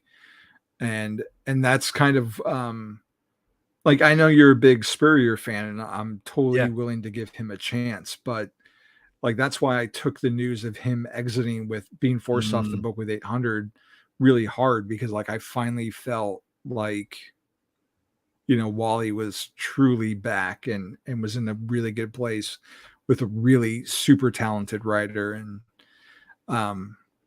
so yeah, but it's kind of I'm getting kind of bummed talking about him leaving, but like it's there's so much fun in this book. Like if you want to read a comic book that's fun and entertaining, just Adam's Flash run. Like you can't beat that for something off the stands today, in my opinion. What is and this is okay, and this is how many issues did he go? He went to 800. I think 799 was his last full issue or whatever, but he did 800, right? Yeah. Right, but how many issues of total has he written of the Flash? Counting annuals, like what, 33 or 34? Okay, so I could probably go in and probably get a good and go get the in stock trades and probably get them pretty. Yeah, like this issue that we have up right now, that's the start of his run, and 800 just came out. So okay. Yeah, I mean, hey, and listen, DC Comics has been killing it in the comic book market right now. I think I'm extremely impressed with what they're doing. They have. I can't. I don't want to argue about movie stuff because this is the comic binge, because F movies at this point. But that goes for Marvel and DC and any independent creator that wants to sell the rights to the movies, whatever. That's all more power to them. But this comic mediums, man, I gotta tell you, DC's really killing it right now. I've been really impressed with the titles they're putting out. They've creatively, I'm sure financially it's a different story because everyone loves to complain about comics or whatever. But creatively, I can tell as a reader, I've really liked a lot of what I'm reading for DC. And I'm starting to become even more of a bigger DC guy, mainly because of this character up above me. But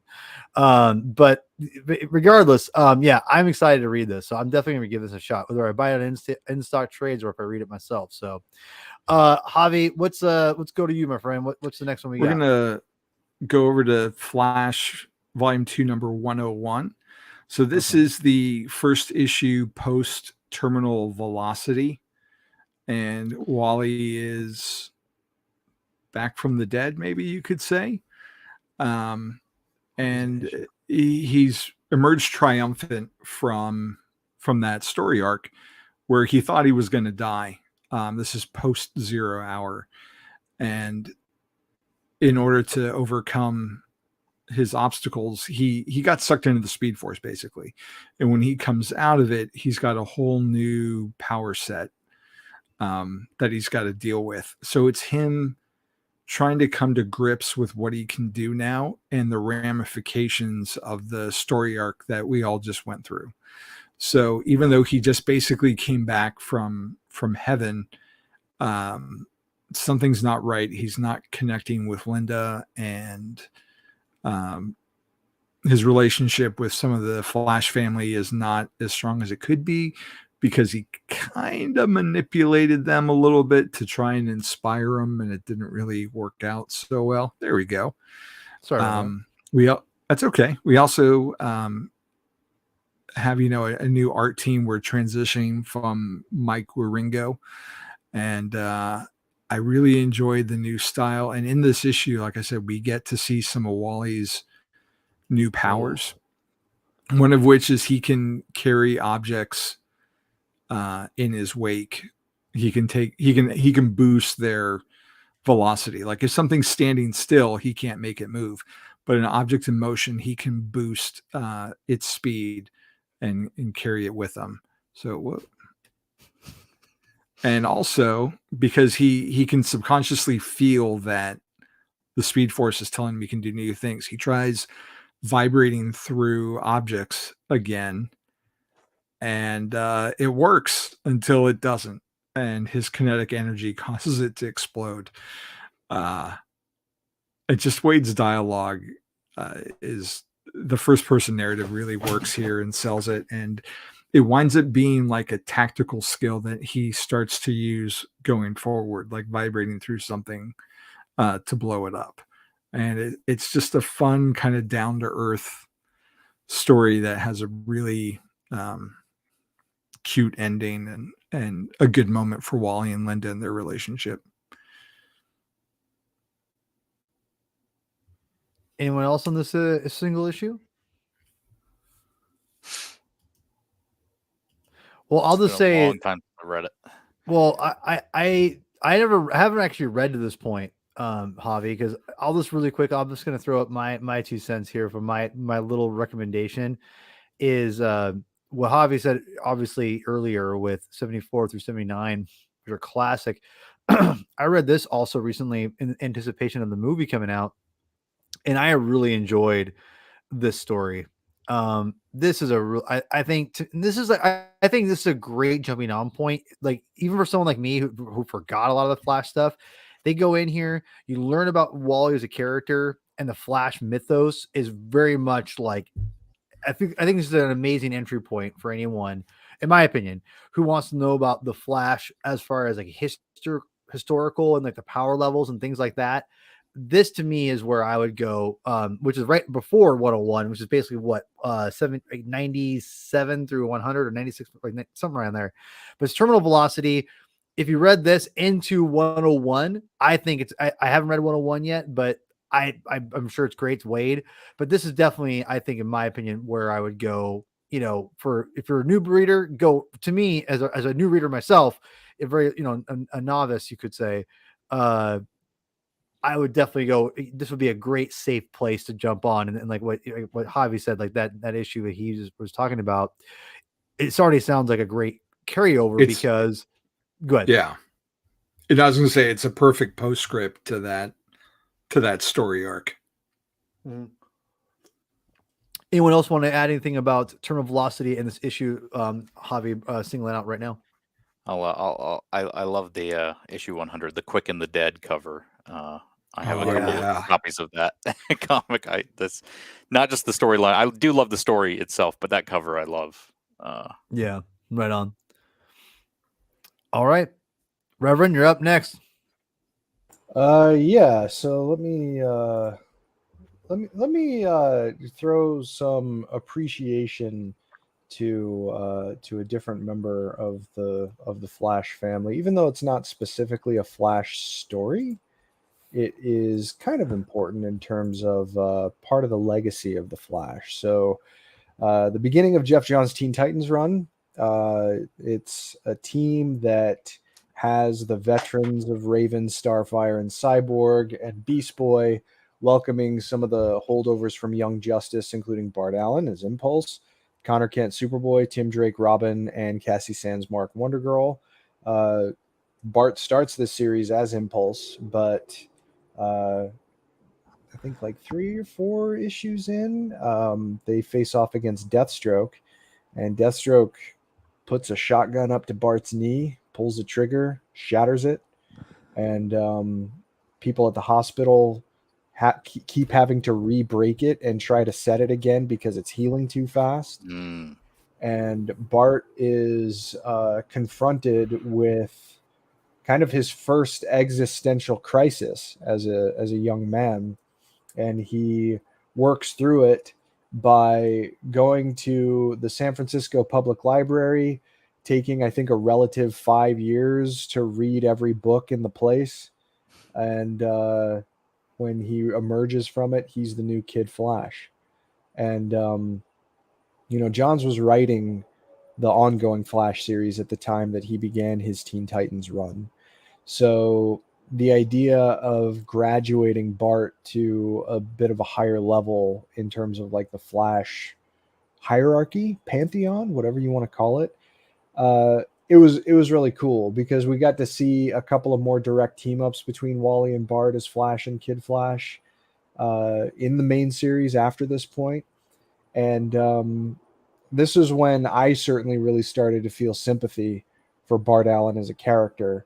And I felt like they kind of did him dirty after Infinite Crisis before bringing things back around again by the time we got to Final Crisis Legion of Three Worlds. So John's Titans run is very solid, and I would certainly encourage people to give it a try.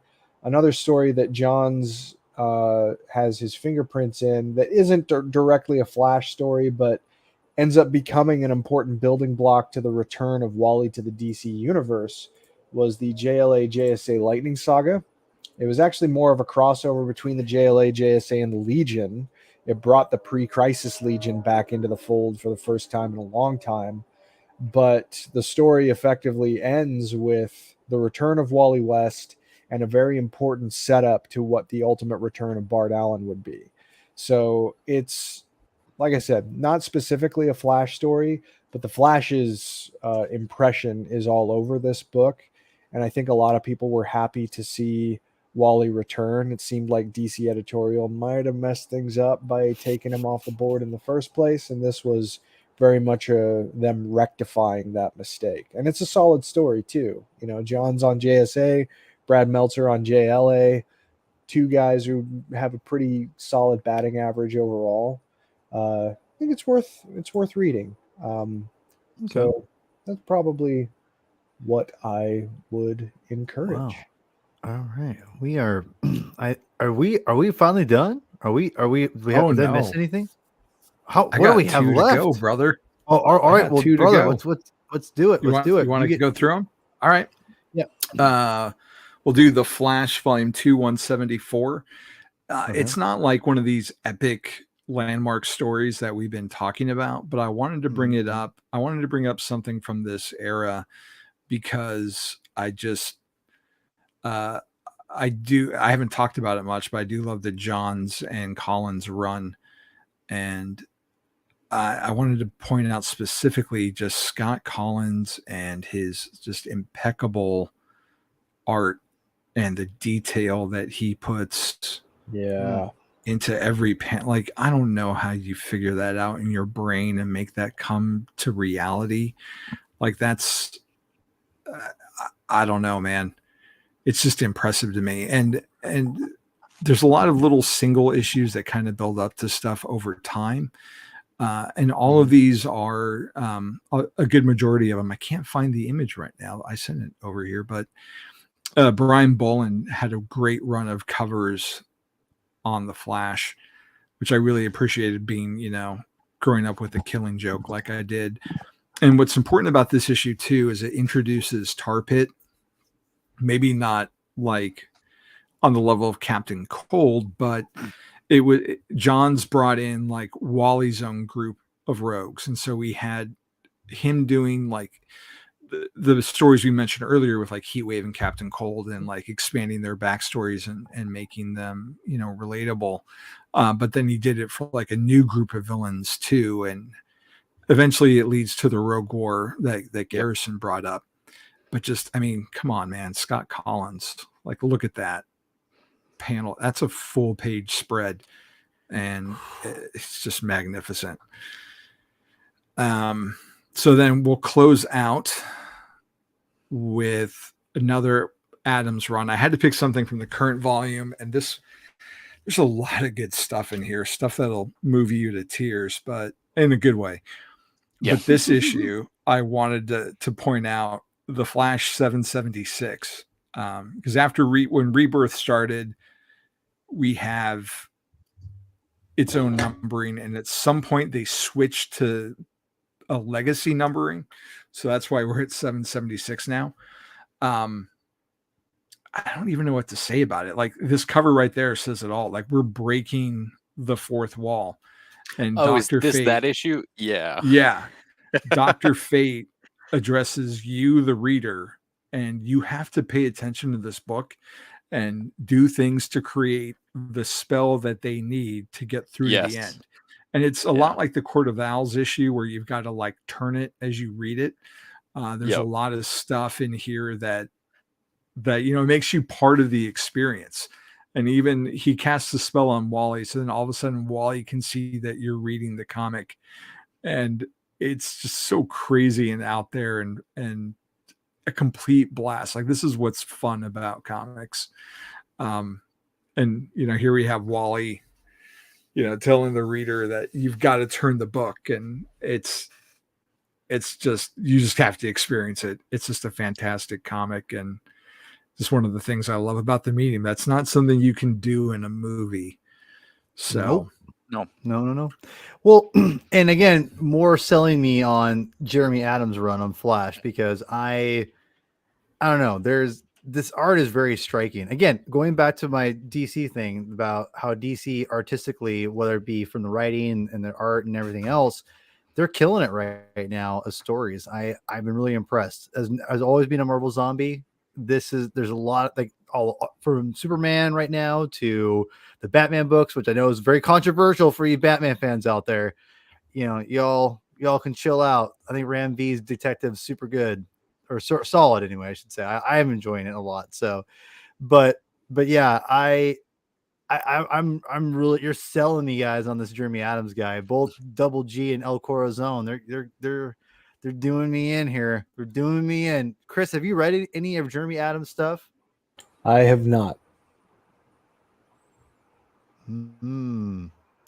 Wait, hold on. So Ryan here, Fire Guy Ryan from the Comic Tom thing, which, again, thanks for joining us, man. This is awesome. I didn't know he's doing Green Lantern. I thought Philip Kennedy Johnson. Wait, really? What the hell? No. What am I? PKJ has the backup. Jeremy he- Adams got taken off of Flash to do the Hal Jordan main story on Green Lantern, and PKJ is doing the John Stewart backup. So there's two stories in one Green Lantern issue now. Right. Yeah. Okay. That's where I'm getting confused. Okay. Yeah. Because that's where. Yeah.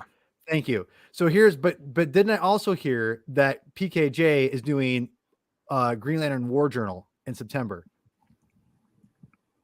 That's an actual title. I saw something. Out. Okay. I saw something about that, and I wasn't clear on what it was because I haven't had a chance to look at September solicits yet. No, in all seriousness, I think Fire Guy Ryan, he might actually know this. Is that isn't PKJ, Ryan? If you can come in, maybe you don't know, but I could have sworn that I heard the comic shop guy told me that they're coming out with something in September. Oh, hell yeah. See, the fact they're calling it Green Lantern War Journal is pretty dope. That's pretty spot on. John Stewart's a soldier. Well, yeah. I mean, like, and it's funny. Like, I was watching your guys' top 10 video the other day, Ryan, and like you had said, PKJ is your favorite writer right now. Like, it's right now, I can't really argue that. Like, he is. When you can write Superman, Alien, The Incredible Hulk, I mean, a bunch of other independent James stuff. Bond. Yeah, I know you're a big James Bond fan, Javi. So yeah. I mean, like, you pretty much cannot, like, you pretty much. I've not read anything. And listen, I like him. He's a good person. You can tell. And maybe I'm biased, but I have not read a book I've not liked of his. And I even before I met him, I was reading his Alien stuff, being like, this is solid. And all the Alien fans were like, this is terrible. And I'm like, it's all good to me. But yeah, he's amazing. He's an amazing writer. Yeah. Really? Oh, okay. Does anyone have any really quick any recommendations for John Stewart that maybe you can, besides PKJ, anything besides Denny O'Neil? Nothing. Okay, this is a Flash show. Guy. Yeah, I should. Yeah. Well, I'm not a really Green Lantern guy either. Once I start, I'm not going to stop. Let's. That's fair. Probably. That's fair. Yes. I would agree with that. I would agree. Yeah. See, okay. I have the first issue, Ryan. I have not read the whole thing. My comic shop guy, when I was living in Seattle, he made me buy the first issue. Not maybe, he recommended it to me, and I was like, oh yeah, and I never read it, but I have it. I need to read it. So yeah, maybe hey, maybe we found you an episode for the show. Maybe we'll do Last Gods. We'll get you on. Maybe I can entice you with that. So anyway, Jeremy Adams, dude, you've sold me. Between you and Double G, El Corazon, I'm ready. I'm ready to dive in on this one. So I love the run. I haven't read 1 Minute War yet, and I'm really excited to. I just haven't gotten around to it. I did want to add one thing to your Collins thing. I actually have this, which is a page from 177. Jealous. hold on. Double great. G, keep it up. Hold on. I'm gonna get you out in there. 1 second. Okay, let's get this character out of here. All right, get out of here. Hold on, let me get rid of this stupid cover here. All right, but no, go ahead and show me what we got. Is Collins and Hazelwood, and that glare is killing me. But oh my god, I'm sorry. Oh, that's the one with Chunk. Yep. One of the nicest guys I've ever met at a convention, by the way. It's Collins. Scott Collins. Yeah. Yeah. Yeah. Oh, 100%. Yeah. Damn. You know, you guys all inspired me to get more layout art because goddamn, I need to do that. I'm all like, look how many cool things I got. I got it at a freaking what's it called? Did you see my painting? Hobby Lobby. I got it from Target. What'd you say? The old Continental sketch from Never mind. I'm old. Well, listen. I just gotta say is I need to get more original art because that's ultimate like OG level. You know, this is I a need birthday a solid present. gold toilet too. You know. Wait, hold on. What Double G?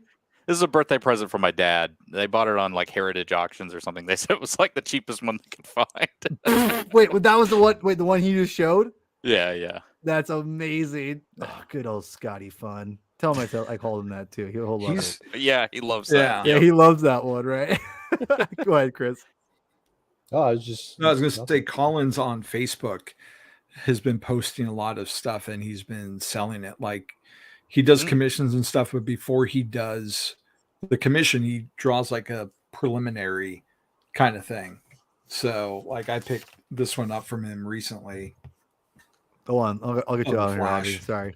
But okay. Hold on. Get this character out of here. Get out of here, Garrison.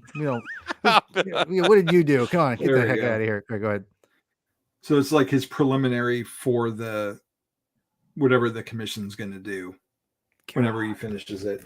And it's not just Flash stuff. I mean, there's a whole bunch of Marvel and DC stuff as well. He's got a great Spider-Man sketch up that I was really tempted to get, but like I just don't have the walls for it. See, and Ryan, you need to convince my boy Javi here to not worry about Spurrier because I think Spurrier is an underrated writer in the comic industry. And I've told Javi this when they announced that he was taking over Flash. I've said, I may be reading Flash now because I think Spurrier, dude. Oh my God, Gold Rush. I almost forgot the name. Gold Rush. I told Javi to read it. It's a great title on Vault. I love that title. Go check it out. Spurrier is a good writer. He made Dr. Aphra good. Enough said. Just gonna say it. I'm a big Star Wars guy. Didn't like Aphra. I like Kieran Gillen. He's a good writer, but did not like his Aphra. When him and Spurrier took over Aphra, it was much, much better. So The Rush. Thank you. I'm terrible with names. Yeah, dude, The Rush was so good. Thank you. See, this is why I knew you'd be. Thank you. See, I knew Ryan. I reached out to Ryan for those who don't know and said, "Hey, I'd love to get you on the show because you seem like a guy who loves comics." We both love The Rush. There you go. Enough said. See, Ryan, I convinced you. Come on the show. Got The Rush, Last Gods. Okay. Anyway, wrapping up here. I'm just gonna say, I'm gonna say it right now. You made me read this a long time ago. I think this is actually a pretty solid story.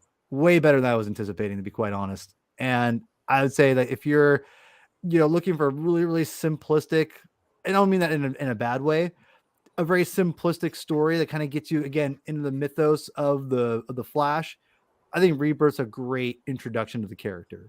And kind of a jumping on point of getting to know the character in the comic books. Would you guys agree with this? No.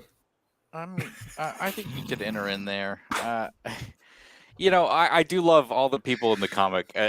Reading it again the other day, I love all the people in the comic. They're like, "Why is Barry back?" I'm like, "Yeah." That's fair. That's fair.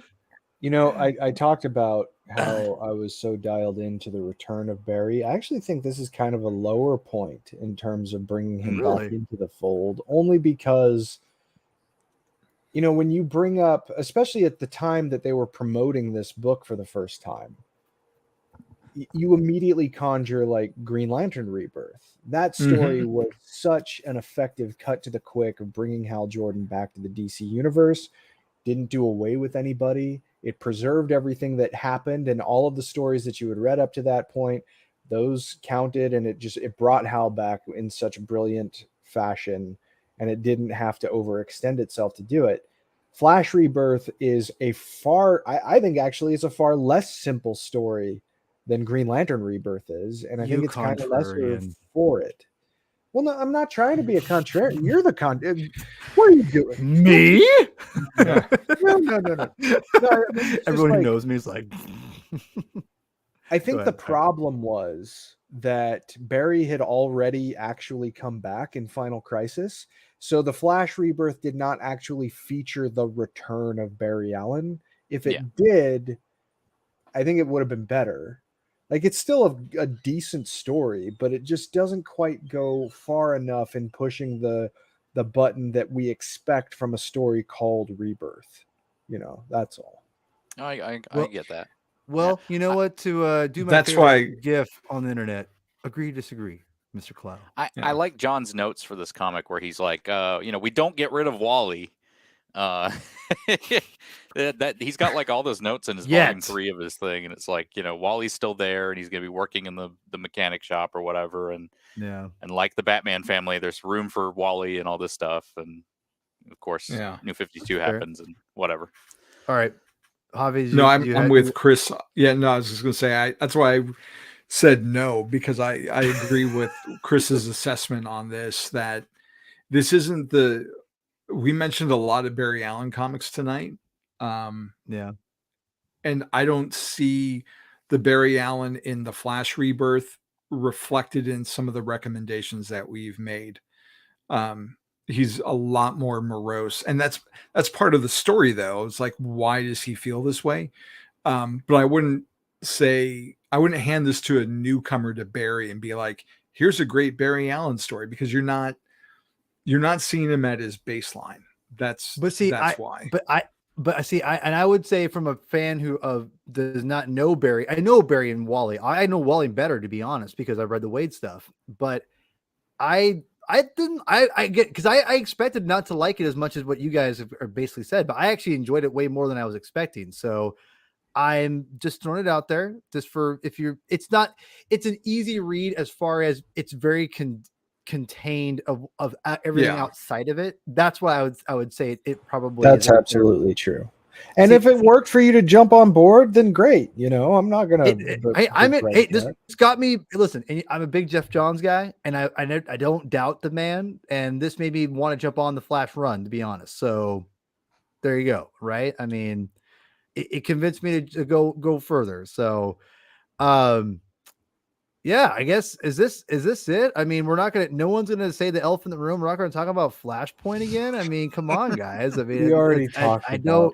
I mean, we already have a 2-hour show about this a couple of weeks ago. I mean, we also technically talked about Flashpoint when we talked about the movie. So, which, by the way, the movie's better than the comic. Enough said. Anyway, I think I agree. Yeah, I legitimately think. I think the movie's so good. I think people who don't like it, I just don't get it. We need to read Night of Vengeance at some point, though. It's 3 issues. It's easy peasy. Vengeance. The hell, Batman. But then, if you read Night of Vengeance, you have to read Flashpoint Beyond. Well, I mean, you could technically say that we got to read the tail end of Tom King's run, right? I mean, you want to really get into the saga of Thomas Wayne. I love Tom King. Listen, one day we're gonna binge the Tom King Batman run. It's gonna be an episode. They need to omnibize it. They really need to but he's not done yet, is the thing. Chris, right? Remember my wife got me all the trades for Valentine's Day last year? You helped her. I remember. They need to put those books in an omnibus for me. Just for the record, Chris Clow helped my wife orchestrate buying all the Tom King trades for me for Valentine's Day last year. That's how much of a best friend Chris Clow is to me. It wasn't Thank you, hard. Reverend. It's just she just needed to be pointed in the right direction. That's all. I'm spoiled rotten by my wife and my best friends. Oh, yeah, so I just want to make that for the record. So anyway, we'll wrap this up. This has been we usually, for those who are new, we don't usually go this long, but 5, lately 4, it's whatever. 3, 2, 1. It's not, 2 hours. Yeah. There you go. Oh, I thought you were like counting down to like read. I know. I was like, wait, more what's gonna happen Flash here? comics. Oh, yeah. Yeah, we got 5 more. I'm like, God damn it, Chris. See you, stop. suckers. No, I'm not going to do that. No. Thank you for everyone who's come and liked the video. I really appreciate it. Again, if you're new to comics, which is again, the Comic Binge exists because we're trying to celebrate the comic book medium. If you're looking for how to read these comics, besides the ones that I really want to read, which are the ones that Javi recommended, but we can't read on anything legally. We'll just leave it at that. You can get most of these comics on DC Comics Infinite, or you can go get them downloaded on Hoopla, which is a great app through the library system. Go get this app. This is the best app that no one talks about. Ryan Lauer, bless you for making me realize what this is. Again, I got mine through Seattle Library. You can get yours through any library system. Go check it out. Again, if you're actually watching this all the way through, God bless you. Go please subscribe if you haven't already. It makes spider sense, all that jazz. Guys, thank you so much for taking 2 hours out of your effing day to talk to me about Flash comics. That's just freaking amazing. And again, I really do appreciate it. I mean, I know I tell Javi that all the time, and Chris, I say that constantly, and Double G, you're a rook. You have to come and do this. So that's just, you have to do your time. I'm just kidding. No, I really appreciate it, bro. Yeah, exactly. No, it's great. I'm super stoked you came on. Thank you, everyone. Double G, why don't you start us off with tell people where they can find you at, my friend? You can find me on Twitter at gryfun3, GRYFUN3. I not much else to plug. I have a Letterboxd account, but I don't really review things that much anymore. Gryfun, but yeah. Wait, you have well, you advertise your Letterboxd account? What? Wait a minute. Let me actually advertise. Most nights you can find me Tuesday nights on the Deucecast movie, the Deucecast Extra, where we cover Marvel and Star Wars TV. But yeah. Well, good. That is good. That's good. Well, thank you for coming on, man. We're gonna get you on again. So just you've had your initiation. You've proven yourself worthy. So now you can come back and come on the show, and I can tease you about your Flash TV shirt. So anyway, I'll just leave it at that. Double G, appreciate you, brother. All right, Javi, El Corazon himself. What we got? What don't we got, man?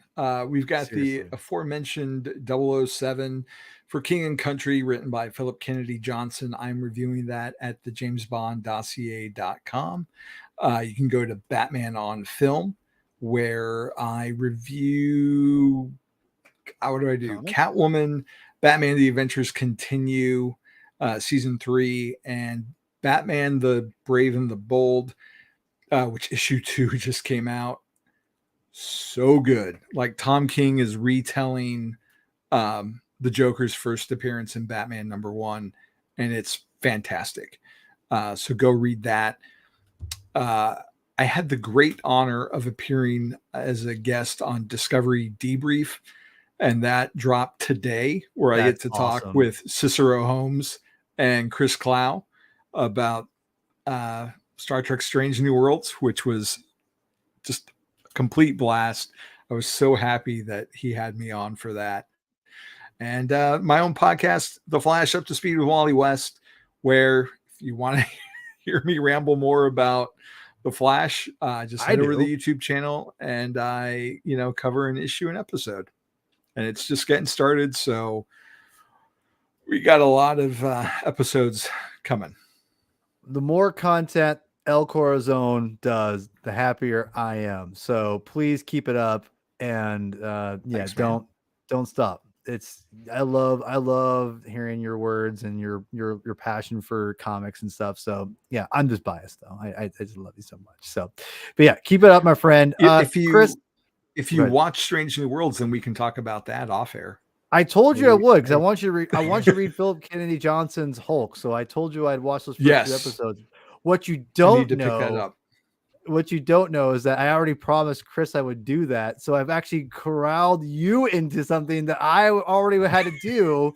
And so I was like, well, I might as well win out of this multiple times. So Yeah, but we you and me talked about a season, not an episode. I said I'd watch a little bit. I didn't say I'd watch a whole goddamn You season. said- you I said a never season. promised that. You I said a never said a season. season. I 10 never said a episodes. season. I mean, it's not like it's I a never, giant- Chris. I never said a season. Yeah. I You love did. it. I never said a season. I never got did. it on tape. You don't have it on tape. I got it on tape. Where? Where is it? Shut up. You do Yeah, not have right me here. saying that. Shut up. No, I'm No just way. kidding. It's illegal to All record right, you we'll stop. We'll stop. without your consent. Let's just go pimp your stuff out real quick, and don't forget to talk about the thing. Yeah, so Javi already mentioned Discovery I cut out Debrief, a there. Star Trek podcast. We dropped episode 97 featuring him as a guest, and it was wonderful having him on. He and Cicero kind of double teamed Paramount Plus for making the very ill-advised decision to cancel Star Trek Prodigy. So it's a fun episode. Be sure to check it out. And I mean, Strange New Worlds is a great show. Got the return of James Tiberius Kirk next week, which I'm very much looking forward to seeing. So that should be a good time. And also, as Paul alluded to, we announced before that we got a new project coming to the Comic Binge called Knights Never Die, which is an issue-by-issue walkthrough of the highly controversial yet ambitious run on the Batman titles by the singular Grant Morrison. We'll do the 0 issue sometime in July that sort of sets the First table. week. Where First week of July, Batman- remember? Is that what we're doing? Yeah, So we're doing next week? because so for those who don't know, 4th of July is on a Tuesday, which we normally record. We're gonna be doing our 0 episode. It'll be me and Chris kind of talking about me basically talking to Chris about Grant Morrison. I read a little bit, not a lot. And it's going to be basically like, your introduction to the story, where it comes from. And, we'll prep you up because I'm going to be reading this comic with the whole audience. I have not read a lot of Grant Morrison stuff. Go ahead, Chris. Go ahead and take it away from there. So yeah, that's pretty much it. And please stay tuned for what we got coming down the pike. Man, we got like I am super blessed to know so many talented people, because I couldn't do all this stuff by myself. And I know that you're looking for people potentially. You have people in mind potentially working on this series with you, which is I'll just say this for that person who may be listening. I hope it comes true. I want it to come true. I'm very selfishly want you to join with Chris on this. You know who you are. Just do some Grant Morrison chaos magic and will it into existence. I will not do any Grant Morrison chaos magic if you know what that means. So I refuse. No offense. That is not going to be happening. You don't have to do the peyote. It's just, I'm not talking about the peyote, homie. I ain't talking about that. I think if you know Grant Morrison, you know exactly what the hell I'm talking about, which I am not doing. But that's not because that's a whole long different story. Anyway, again, for those who are watching all the way 2 hours, you are a G, and that's amazing. So thank you for doing that. Thank you for everyone who showed up, liked the video, subscribed, watching the videos lately. Definitely, been consistently getting up there a little bit of subs with likes, with comments, with hours watched. I appreciate all that. Again, the channel is not here to be I'm looking for a replacement day job. I'm looking to spread the word of love of comic books, and that's all it is. And if we can reach one person that love comics as much as I do, I've done my job, because I love talking about comics with my friends, and this is awesome. So I really appreciate everyone who's done it already. Again, if you haven't, if you're watching this far, I don't know how you haven't already, but if you haven't, I appreciate it. So go into subscribe, and I really appreciate it. Next week is 0. Chris, next week is 0. Yeah, that's what I was saying. It's like July is in a few days. Yeah, we're right there. So next week we're gonna have the Grant Morrison Knights Never Die introduction. Then we've got independent books. We've got next month we will be doing a Legion of Superheroes, not just a primer episode, but that's what will be a primer episode. It'll be a Legion of Superheroes, like history of reading comics, and the comics to read to get to know the Legion. And I'll just leave it at this.